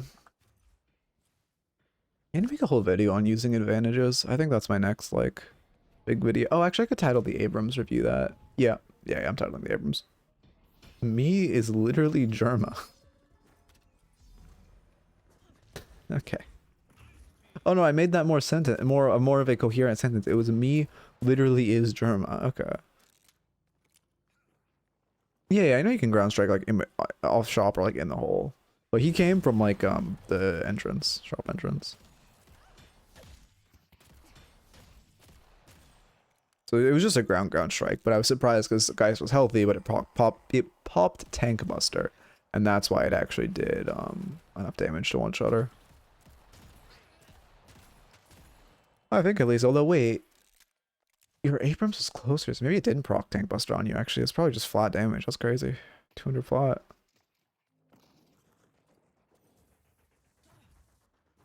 Okay, we have a pick. Well, actually we lost someone as well. Kind of looking for a fight in their jungle, which isn't great. No one's really around. It's a good lane prio. Again, not a bad time to grab Urn. You have someone fix this wave, grab Urn. You have a wave crashing. This wave is about to have prio. I mean, your guys' team fight is not bad. Their team fight relies around Lash. I mean, they do have Lash and 7-ult, which are both scary team fight ults. I mean, Kelvin ults are very good ults and good team fight ult. Drifter ult, not bad, and so for like disorienting people. Page ult, very good. And then yeah, ult's not bad, but obviously more pick oriented. Yeah, they're showing 4, so we take blue. I mean, that's good. It sucks it's not a flex slot, but still good.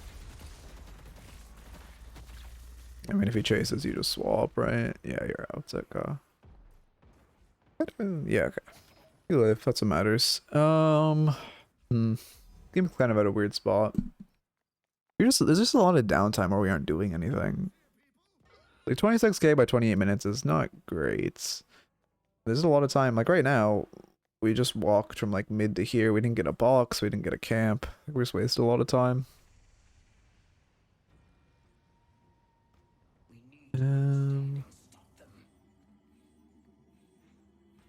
Oh wait, sorry. You were typing a lot. My apologies. I missed it all.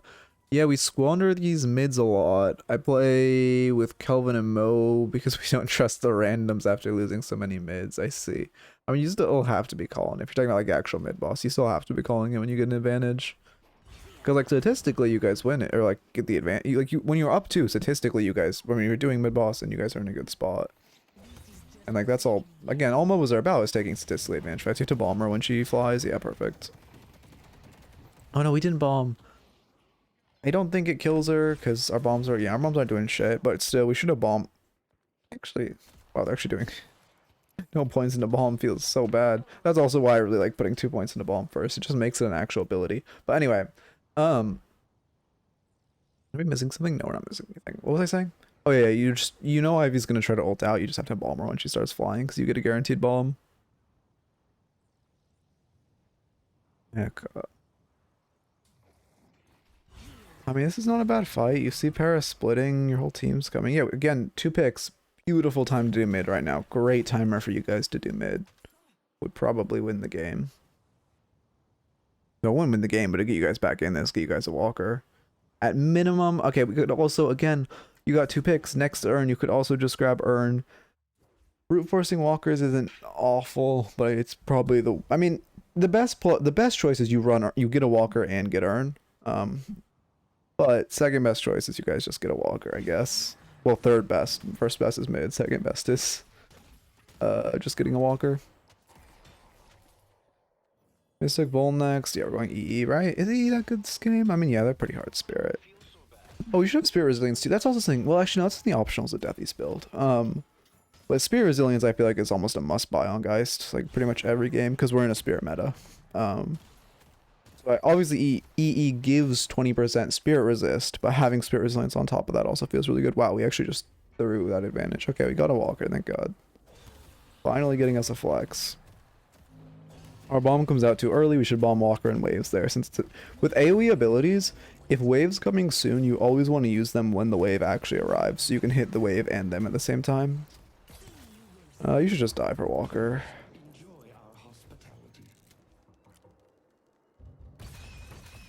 Counter spell. Yeah, this popped a little too early. One thing with counter spell against Doorman, it's actually, well, okay, let me look at exactly when you popped it. But it's kind of better to let the ult expire. Like it's kind of better to just, because when you're running in, you have to like time it with like a dash and then counter spell. I mean, actually, the timing pretty perfect. He's just late with his cart. Okay, actually, no, you got punished by him being bad. He's late with his cart, and that's why you get hit by it. If he's actually a good player, it would hit your counter spell. When Snake's live, oh perfect. We'll probably raid him after I end. Looks the stream got more Loki in the last spot, but I'm also been a little tangenty, so it makes sense.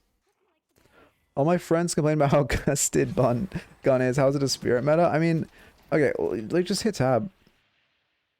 They have 5 spirit characters with 6, because Para does, even though Para's building gun, her carbine does spirit damage. Like they have 6 spirit characters. You guys have 1, 2. You guys only have like 3.5, I guess, which is actually surprising. But the reason we're in a spirit meta is because like over, I would say 70% of the roster builds spirit right now. Spirit is just better right now. Yeah, gun one shots like fairly like fast, but it's also. Spirit just does so much, and so much AoE, and so much damage, and Spirit Burn is so strong. Like, that's the issue. The reason we're in a Spirit meta is just because most characters' meta builds are Spirit. That's the easiest way to explain it. Like, 90% of games, both teams are Spirit heavy. Thank you for spreading the advice on thank you for spreading counterplay advice from Mo and Krill. If this works, you may save the duo from getting... everything except combo nerfed again, thank you. Yeah, of course. Yeah, I hope. I mean, yeah, I don't think Moan Krill's gonna eat. Well, I guess he's probably. Yeah, I don't think he needs. Well, he needs an early game nerf. I think all Moan Krill needs is I don't think his healing should apply on QSR. I don't think in lane he should be able to buy QSR Mythic Burst, and he should heal off of those, proccing off his Scorn. Other than that, I think he's in a fine spot though. But in lane, I think his healing just feels too oppressive right now. We aren't calling to contest. Yeah. You should just, like, farm something. Since they're on mid, you know they have most mid. We see Paris splitting, so we can't really grab this walker. Or your team shoving wave. You just, like, farm this Lotto. Sorry, I'm saying that really quickly. But you should just, like, farm this Lotto. Because, like, you know they're in mid. You know they aren't going to contest. Yeah, we are farming, which is good. But it's just... Unfortunately, you can't take a walker or anything while they're on mid. Also, you should be mantle sliding. I haven't seen that. Just press control every time you mantle, and it's like genuinely no downside free movement. You want to condition your brain to mantle slide. It's so OP. He just surely he sold. No, he just was sitting on that many. Oh my god, what is this build? Bro, use your flex slots. We have zero. Okay. No, just never. No, I'm not even gonna get into it. Not even gonna get into it. Hurts me as a as someone who used to. Well, I guess I do still kind of main Dortmund, but it still hurts. Just QSR or both QSR and Mythic Burst. I can understand changing. Well, I just think in general on hits shouldn't, like with Lash Vlog as well. I just I think exact same for Lash Vlog. I just think on hits shouldn't apply percentage based healing. Thank you for the follow, Wolfolos. Welcome, welcome. I just think it just feels too oppressive. Like QSR Fog Rush on Lash just feels too oppressive. Like that healing just feels bad, and it just gives such an early spike in like healing and sustain. It's not fun. But yeah, I hope they like, I don't know. I just wish they made it so on its own apply next patch and I'd be happy. Then I feel like Krill's in a fine spot. I think the characters I want to see nerf next patch are like Kelvin. For the sake of pro play, I will say Gun Ivy. Although my solo queue games, I don't really care about Gun Ivy, but Kelvin, Abrams, Paradox, and like that's probably the main characters I want to see hit with a nerf next patch. I mean, our team's kind of skirmishing with this doorman. You should start making your way. Like, this isn't a great fight, but because it's a doorman, like you should probably start angling there. Okay, he backed out. I'm just afraid of him ulting one of your teammates, and then his whole team shows up. Oh, we get hyperlines. Great parry. Okay. Great kill. Great 2 kills. What? This is why Abrams should be nerfed. As an example, that player is allowed to be in the elo. That okay. He didn't okay. Thank you for the opinion. I'm glad you actually explained the issues rather than just hey, then they just don't die and grab you and kill you like the other top ranks, Glory to Mo and Grill Agenda.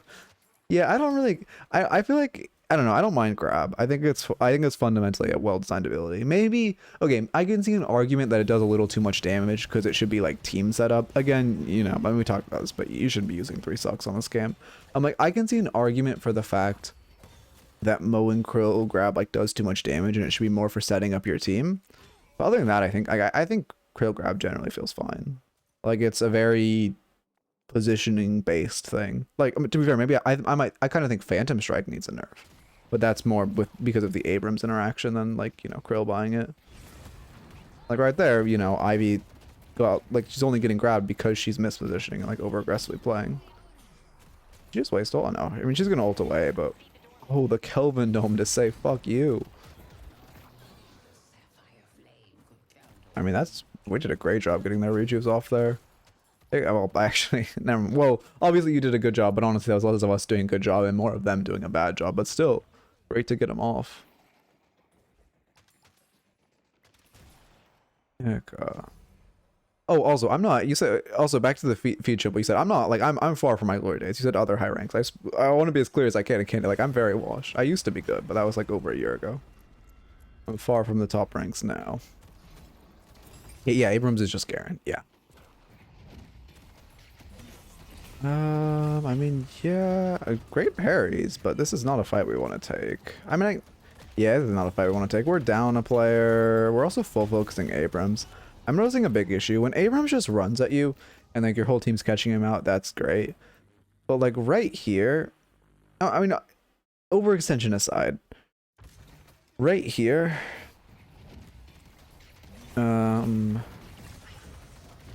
like we're just full focus. Okay, this is fine. This is fine. This is fine. Right here, it's bad because right here we can't be focusing this Abrams. Abrams is at 80% HP. If we're staying in this fight, we need to full focus Doorman. We have to be pivoting the like targeting Doorman. Especially ulting Abrams, like a 30% HP Abrams is not mortal. Like he has spirit resilience on top of that, so you just gave him like plus 30 spirit resist. Versus if you were able to get on Doorman. Doorman had ult to peel for himself, but Doorman's not that tanky at all, and you need to be focusing him. Focusing Abrams is exactly what he wants. But yeah, that obviously was a bit of an overextension. Okay, we have, yeah, healing tempo. I mean, yeah, this is all very standard cut and paste, like the Deathy build items. I'm not seeing, only option I see is Spirit Resilience, which is, oh, and Counterspell, which are both great items this game. And also, you're pretty good at, like, for your elo, you are very good at using Counterspell.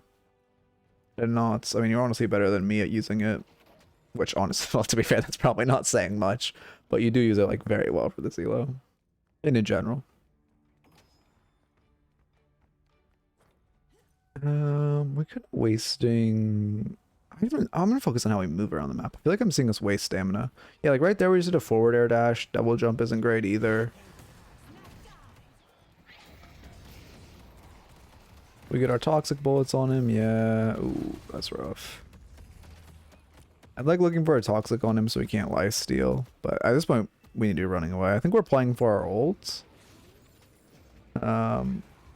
This is so risky. Okay, your ult just came back up. Yeah, you please ult. Please ult. There we go. Again, ulting Abrams though, which you really want to be using your ult on like a squishy character or a backline or trying to get on their backline. I've legitimately sat and practiced parrying and whatnot. That's perfect. That's what you want to do.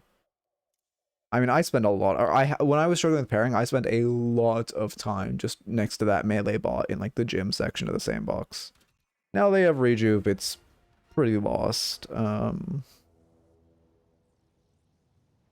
Obviously, if you guys are taking a fight, it has to be in your base here. Your only real option is just hope you like win a fight in your base. 7 has unstop, but I mean, yeah, 7 ult with unstop is actually really scary. Does he have refresher? He does, so it's pretty lost right now. I mean, he doesn't have 2 unstops, to be fair. You were way too aggressively positioned right now. You could 100% get caught out there. You know they're gonna push into your base because they have like 4 rejuves. You just have to wait for them to push into your base and try to fight before Patron knocks and try not to die and just get rejuves off. But you have to be very afraid of Lash ult. You have to be counterspelling Lash ult, and we have to be getting 7 out of the sky when he ults. Oh, also, we skipped suppressor this game. I mean, I guess I see it. They aren't very fire rate heavy. Fire rate, good parry. Oh yeah, your parrying is really in tune. I can definitely tell you're practicing. Sucks that now we don't have counterspell though. Good ults. And we also ulted Lash, which actually he's half HP. Maybe that ult might have come out a little prematurely. Ooh, unfortunate. Yeah, I mean, there isn't much trick or treat in the last fight. It was a good try, but it's a very hard fight. And then once we have to use our parry on Abrams. I kind of hope they do like a minor rework to Counterspell, because Counterspell needs a nerf, 100%. But I also wish when you parried someone, it didn't go on CD. Because it sucks in that situation where you have to parry the Abrams. But then not having Counterspell for Lash just feels so bad. But I kind of feel like if it parries someone but doesn't block a single ability, it should not go on CD. Just IMO, but also 100% it does not need a buff. Anyway, as far as your notes, let me get to these stats actually before we get into that. I want to see I always like looking at the lane stats first. Let's see. Okay, as far as the notes, first off in lane, our damage is good. We don't have any denies, which is kind of rough. Also, kind of pressed for last hits. Ivy was really lasting a lot. In general, I say you should shoot for like, what do I say? It's 32 last. Is it 24 last hits? It might be 24 last hits actually. I think I say you shoot for 24 last hits. This is like close enough. It could be worse. We don't have any denies. I always say, in general, I say you should shoot for 24 last hits and like 2 denies. That's like an okay game. So we should, you know, maybe a little more focus on denying. But generally, the early game was fine. Just it would be nice if we had a little more focus towards wave. We were not as focused on wave as we should have been. We let a lot of waves crash into our tower, and we ended up losing tower fairly early because of that. And then after we lost tower, we stayed in our lane super long and stayed pushed up. They definitely could have rotated on us. And then also we kind of just stayed on our side. I mean, I think until like the 20-minute mark. Well, definitely until the 14-minute mark, we hadn't left our lane. But then even until the 20, we were spending like the majority of our time in our lane, which is not great. You don't want to be just like autopiloting down your lane. Again, in the mid game, which I consider the mid game like 8 to 16 minutes. It's not the mid game. It's like the early mid. I don't know what you call it, but 8 to 16 minutes is like before Walker resists fall and after Lottos spawn. So it's the point where when every time you look at map, you want to be playing around Lottos. If you've taken a tower, try to use that space to shove their way, grab their Lottos. If you've lost a tower, try to secure your Lottos on that side so they can't steal it. And really just try to look at map like as just doing a connect the dots between the Lottos and then also trying to making sure you don't miss waves. Like grab a Lotto, catch a wave, grab a Lotto, catch a wave. Like try to do that at that point. Obviously, since you I mean, your lane was open, so you could have gotten Lottos, but you would try to secure yours instead of grabbing theirs. Just because of how lane state was. I'm bad with rotations on carries.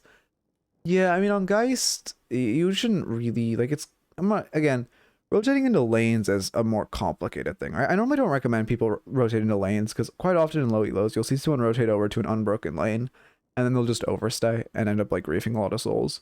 So if you rotate, like, 2 people over, and you immediately grab tower, and then you leave, that's great, but you don't want to just hang out in that lane. So normally I suggest you focus on just getting Lottos and catching waves. And then, you know, if you see an option to get a Guardian, like if they show 4 on one side of map, for sure push that Guardian. But I recommend prioritizing just farming, like Lottos and farming for yourself over getting towers, just because in general it's better to play a little more selfishly in solo queue. And then next up, biggest like mid-game note was our suck usage. If we're playing a suck build, we cannot be using 3 sucks on like a camp. Really bad, puts like a lot of our damage on CD that we just don't want to be looking for at all. Or like, sorry, now you saw when you died to that Abrams. Just we need to at least have like, we only want to be down 1, maybe 2 sucks at most at a time, because if we get jumped, our whole build revolves around our 2, right? So we're in such a dangerous position if we're like, you know, don't have it online. And then next up, just target prioritization. I mean, if I look at like your damage dealt 2 players, you can see you actually did significantly more to Ivy than I thought. Like Ivy's good, but you can see like how much you 2k to Abrams, 7, like 3k on Lash is not great. 6k on Paradox is fine. Abrams is always going to be the highest, but you don't want him being like, I mean, he's 20% higher than your Paradox. Like that is way too much for your like next or third highest character. And then Ivy's just super high because she was just like kind of griefing a lot. We need to work on the target prioritization, especially with our ults. We need to make sure, try to ult their squishies. Like if you get low, try to ult, well, okay, not try to ult their squishies, but just like, if you have an option, if you're 1 HP and you have an option between ulting an Abrams or ulting a Doorman, ult Doorman, press Malice, press 2, press Bomb, he's gonna die. Like that's one of Guy's strengths, is just you ult the guy at like 1 HP, or sorry, you ult the squishy and then you just one-shot him immediately after, right? Or in general, just focusing, especially with your 2s. If you just press 2 on a squishy, you can kind of just one-shot him. So definitely work on the target prioritization and trying not to just a full focus Abrams. And then the final note I will give you is we need to utilize our advantages more. Big reason we lost that game was because we got multiple times we got more than 2 picks in mid lane and we didn't call mid boss. My general rule of thumb is if you take a fight in mid lane and you're past 22 minutes and you get 2 or more picks, you should immediately go mid boss and farm mid boss. Like, that's my general rule of thumb, and if we did that, you have a much higher chance of winning this game. But they called mid boss, we didn't, and we lost because of it. Okay. Let's see. You said Gluten Snake was the... Oh, fuck. I need to draw the... I'll draw the Goblin after stream. I want to raid... Like, if I start drawing, we'll lose people here. I want to raid Gluten Snake with some viewers. I fuck with Gluten Snake. Oh my god, he has 75 viewers. Okay, maybe he already got raided by someone. Maybe, okay, you know, maybe we do draw the Goblin. I think he already got raided by someone. Number 1 player in the world versus 6 initiates. Did he get raided? Okay, well, he's doing fine, actually. We're gonna draw the Goblin. Jot those notes down, thank you. Yeah, of course. I hope they're... Yeah, like I said, the way the raffles work is you'll be like pseudo banned for a week, so use that week to improve and like use those notes, and then in a week, I'm happy to coach you again. You know, I'd love to, if you rejoin the raffles, and I can coach you again. Let me, I guess I just draw the goblin, right? We're drawing a Mirage Goblin now. If you want to hang out while I draw a goblin, you know, stick around. We'll probably raid Gluten Snake after. I mean, like I said, he's doing quite well right now, so happy to just do this file. Open documents, images, emotes, goblin. There we go. And then make them a little tinier. And then cut the background. And sorry, I'll get this on screen in 1 second. Gotta set up the goblin. Okay, perfect. And now I get this on screen. I wish there was an easier way to get GIMP on screen because technically the file name changes every time. It's kind of a pain. There we go. Long stream today? No, it's not a long stream today. Does it also stop you from stacking up tickets? Wait, what do you mean? Oh, when you win, you get your tickets reset. When you win, everyone starts with 5 tickets. When you win, you get set to 1 ticket. So you have like a small, you know, so it's like people who are new have a little small boost in chance to like get reviewed, but then you get your reset in tickets, so it's not like snowbally or anything. Okay, how do I make this guy look like Mirage? Deadlock Mirage. Images. I don't need Mirage explained. I just have to look. What is it? I need the face. Oh, the facial hair is gonna be a pain. That's what's most important, isn't it? How did I make this a channel point reward? I need to like hike the price on this shit. Okay. What do you mean tickets? Oh, for the raffles, there's like the ticket system is just like a pity system. So it makes it so that, you know, if you're entering raffles low and losing, you'll eventually win. Okay. Let's start with this beard. Beards are significantly easier to do than hair. And you can quote me on that. Although don't quote me after you see the beard I draw. Okay, we're just... Okay, this is not... It looks okay, I guess. No, it doesn't. Okay, we're gonna restart this. Okay, the beard starts here. It like juts out in a line and then comes down. This part gets covered by his mustache, so it doesn't matter. Juts up a little here, comes back, and then we'll just do the same like this. You know, he doesn't really know to groom himself, so it makes sense he has like a janky ass beard. It fits. Oh, I shouldn't be drawing on this layer. Ah, too late now. And then I need... The beard has to come off of his face, though, which I didn't think about that. Oh god, it's gonna look like fucking Drake's beard, and that is not a compliment. Oh god. Okay.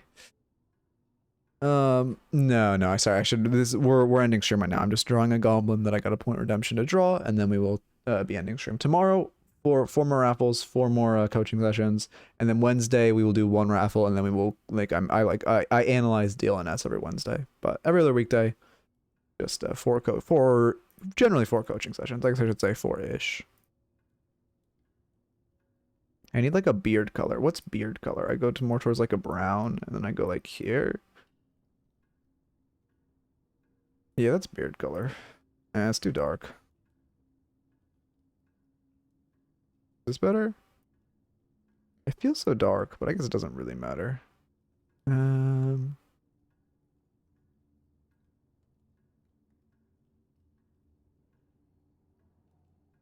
I don't know why I agree to do these things. It's like, in theory, drawing goblins is a perfect thing to do in between coaching sessions, right? Because it's quick, but or should be quick, but it's not, because I always take a long time doing them. Although all things considered, honestly, this could be worse. This could be a lot worse. I don't mind this beard, all things considered. Also, ignore the fact that I draw in GIMP. That's a whole thing that's been I'm aware how much better this would be if I drew an actual drawing software. Okay, there's the beard done. And then the mustache. So switch these and then get pure black. And then we go mustache, which just comes off like this. Does it come past the beard? It does not. Shit, this is gonna be hard to do. It's just like two little wisps. Okay, let's... You have like a line here and a line here. And then... It looks like tusks. It also isn't long enough.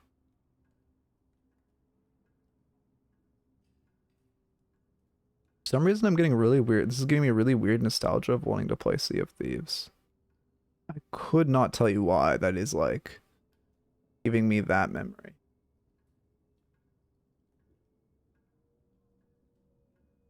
And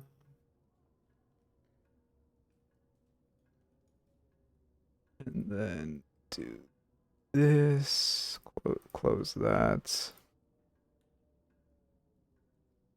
Wrong color. Okay, this is, I mean, this is kind of nicely like relaxing. Thing is, it makes me stressed because it's like every viewer I lose, I'm like, oh no, one less on the raid. But like, I just need to relax because this is chill. Okay.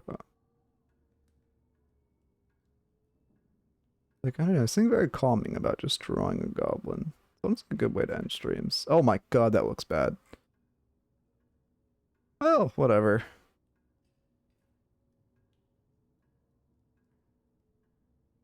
Our stream, yeah, we got the... Oh, that it looks so bad. Okay. He has thick eyebrows, too. Oh, I should just do his hair next. This is gonna be the hard part.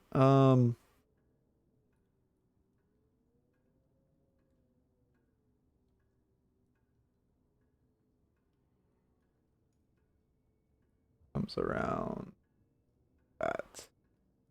And then we'll get his little curl later. Okay, actually, this isn't that bad. He has very... Like, doing Paige's hair was a pain. Oh, shit, I have to draw above. I can't draw here, right? Shit, I should draw above the layer. Or I could just make it at the top of this layer. Doesn't really fit his hair, though. It needs to be more like... Damn it. Oh. We'll just, you know, let's just do the base of the hair first. There's like a curl here. And then we'll just literally keep this as basic as possible. And I could do like the second curl here. And then we come back like this. It's not gonna look good at all. And there's like a strand here, and it's fine. Could look worse. And then he has like an ostrich curl that comes like this, like almost a Clark Kent curl.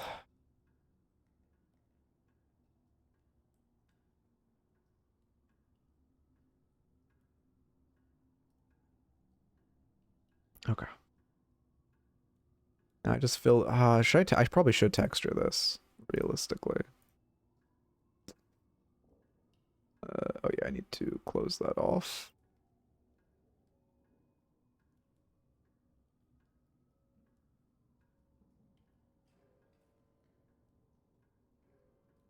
Okay, and now if I fill this, it should, perfect.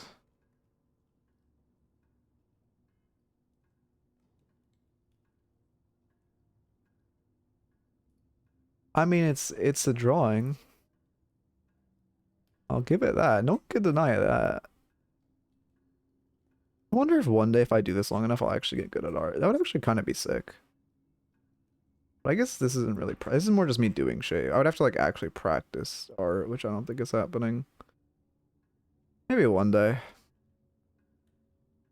Okay. And out the goblin beard. Perfect. He doesn't look like Mirage at all. He does not look anything like Mirage. Oh god. It's like a goblin with hair. There aren't even any good pictures of Mirage for me to like compare it to. I mean, obviously he's holding the like urn. I should probably do that. The Shala or whatever. Oh, we'll do his attire next, I guess, because I should do the background first. Should I do his attire next, or is probably Nishala next, actually, so I don't get burned out.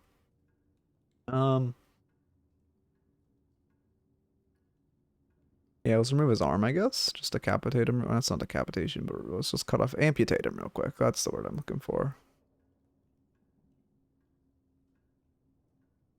Um,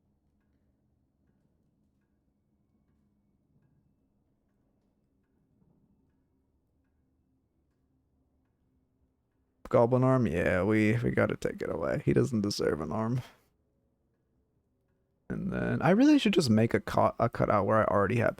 Like, I changed so many of these arms to be like folded over.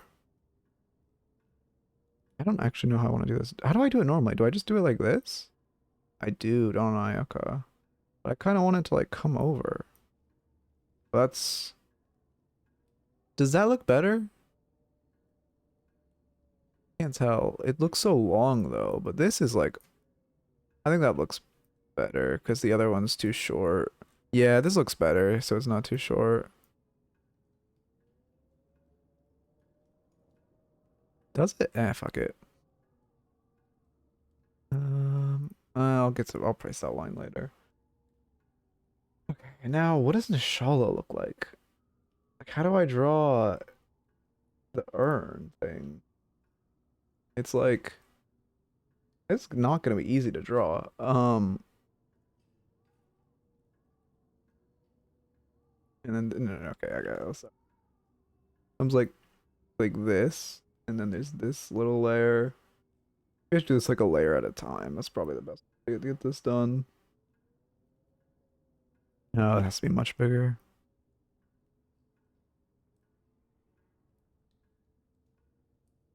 Isn't it just a yellow jar with a pink thing in the middle? Kind of. But it's like a pretty detailed jar, I'm noticing now.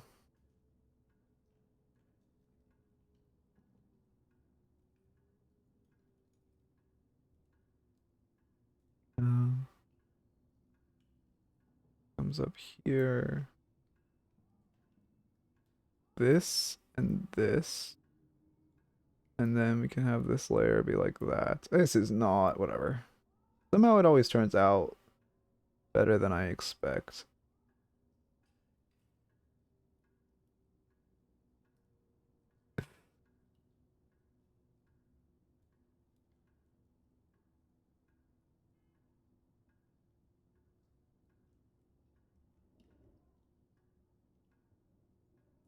It's sideways.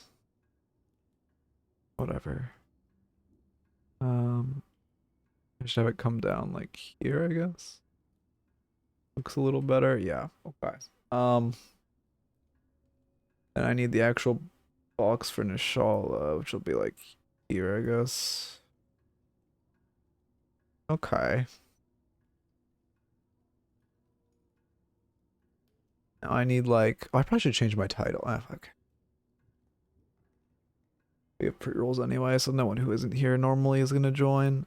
Like, okay, it's like kind of her. I guess she's sand, so it makes sense. She's kind of orange. No, don't. Why am I doing her first? Do the dark part of the jar first. Just kind of like a grayish brown. Oh, I accidentally command Z. Can I command Y? Yes, perfect. Or control Z and then control Y. But, you know, same difference.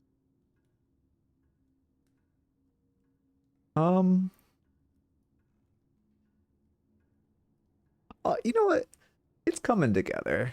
I do hate that I cover the side of the mustache that I actually like and didn't capture the one that I don't like. But it's coming together.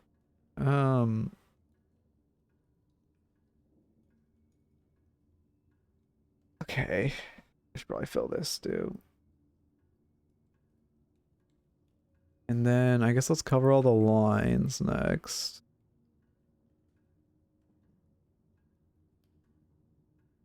I should kind of like that line. I'll keep that. Cut this one out. Cut this one out. Cut this out.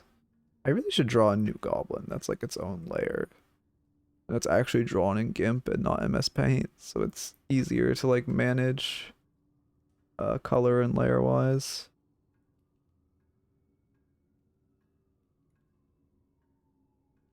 Oh, cover this and then cover the tooth.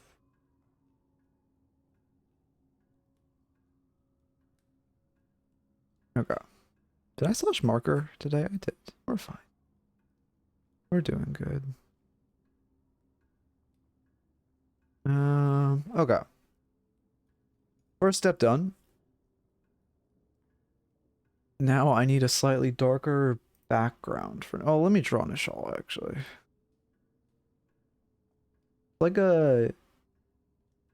I mean, she looks like a human like figure, so it's but it's like very. I mean, it's sand, so it's like kind of like that, and then you can see like kind of a head. Like a yeah. That's fine. And I need like a radiant color almost. It's like a radiant brown.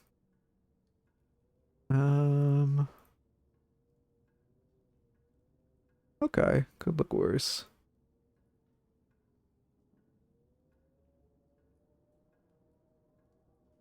There we go. Oh, it does actually. Okay, that line needs this. And then I need a background color, which will be like this, but significantly darker. Not like beard color though. I don't want it to blend in. Oh. That's okay. I mean, maybe a little darker would be nice.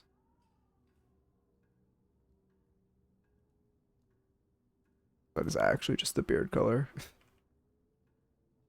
Okay, maybe even darker. Yeah, that looks okay. I like that more. Much more contrasting. I think Nishal looks like I want to make it more. I want to make this come down more like this. Yeah, that's good. Grab this color and then fill here. Okay. I do get weirdly locked in when I'm drawing. It is genuinely like this is genuinely relaxing for me though. I like this a lot. It's very just like yeah, we're done with coaching for today. I'm ending stream. I have to draw this goblin before I end stream. Well, moral 4 more sessions tomorrow. I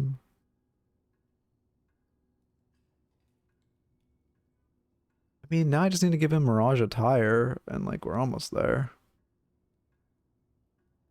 Mirage wears what? I mean, the pants will be pretty easy. Just like a tan pants. I don't need to do anything crazy with this. I guess I should mirror the jackets like coattails. That. And then the jackets. Oh, character model is actually kind of complex. Okay, he has like a sash here. A sash. And then he has a belt. Like here.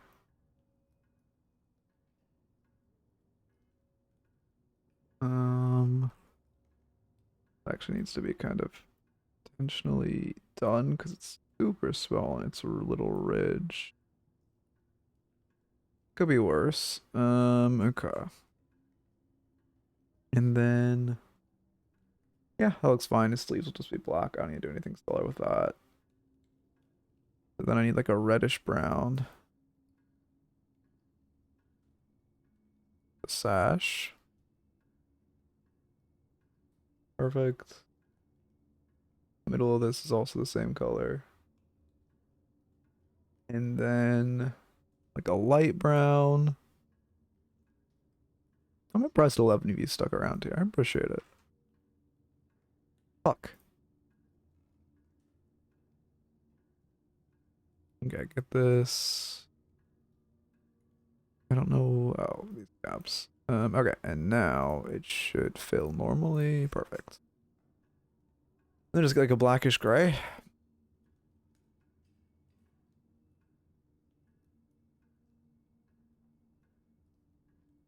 Too gray.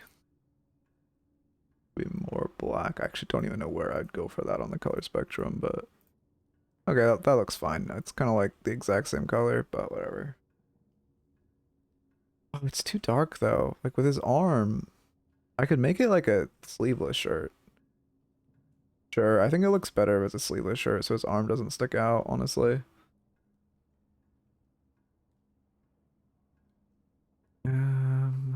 There's the hole. Fill, reverse, paste. There we go. And then just give him some pants and we're done. Nice tannish pants. Okay, maybe lighter. All things considered, this could be worse. Okay, maybe he just doesn't have pants. I feel like my goblins just normally don't have pants, but that's fine. It works out. And then we just cut his face off right here. And we're good. We make sure to pixel cut this. And his ear is like here, so we'll leave that. Okay. Cut too much of his ear. There we go. Oh, his ear looks disattached now. Put the hair over here, I think. Do like that, and then what? How did I? Oh, because it's a different layer. Forgot about that. I do this on top layer then. Okay. Fire drawing, thank you. Somehow they always turn out as not as terrible as I expected them to be. I need to still add the page goblin I drew yesterday as an emote.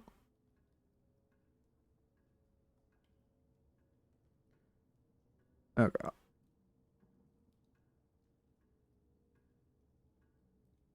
That's not bad. I almost kind of liked it more when his face was exposed. Yeah, it looks jankier when his face is exposed. I like it more. I guess there's just a couple things to touch up. Like I should make this more.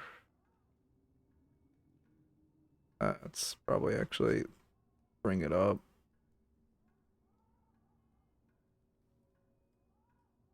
There we go. I need his arm too.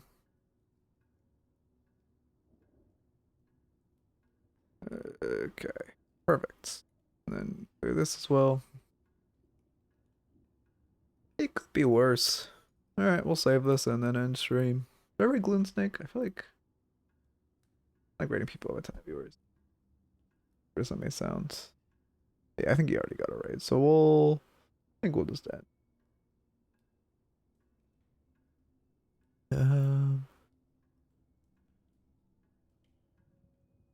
Export as Mirage Goblin dots PNG. Perfect. Okay. Yeah, I'm gonna end now.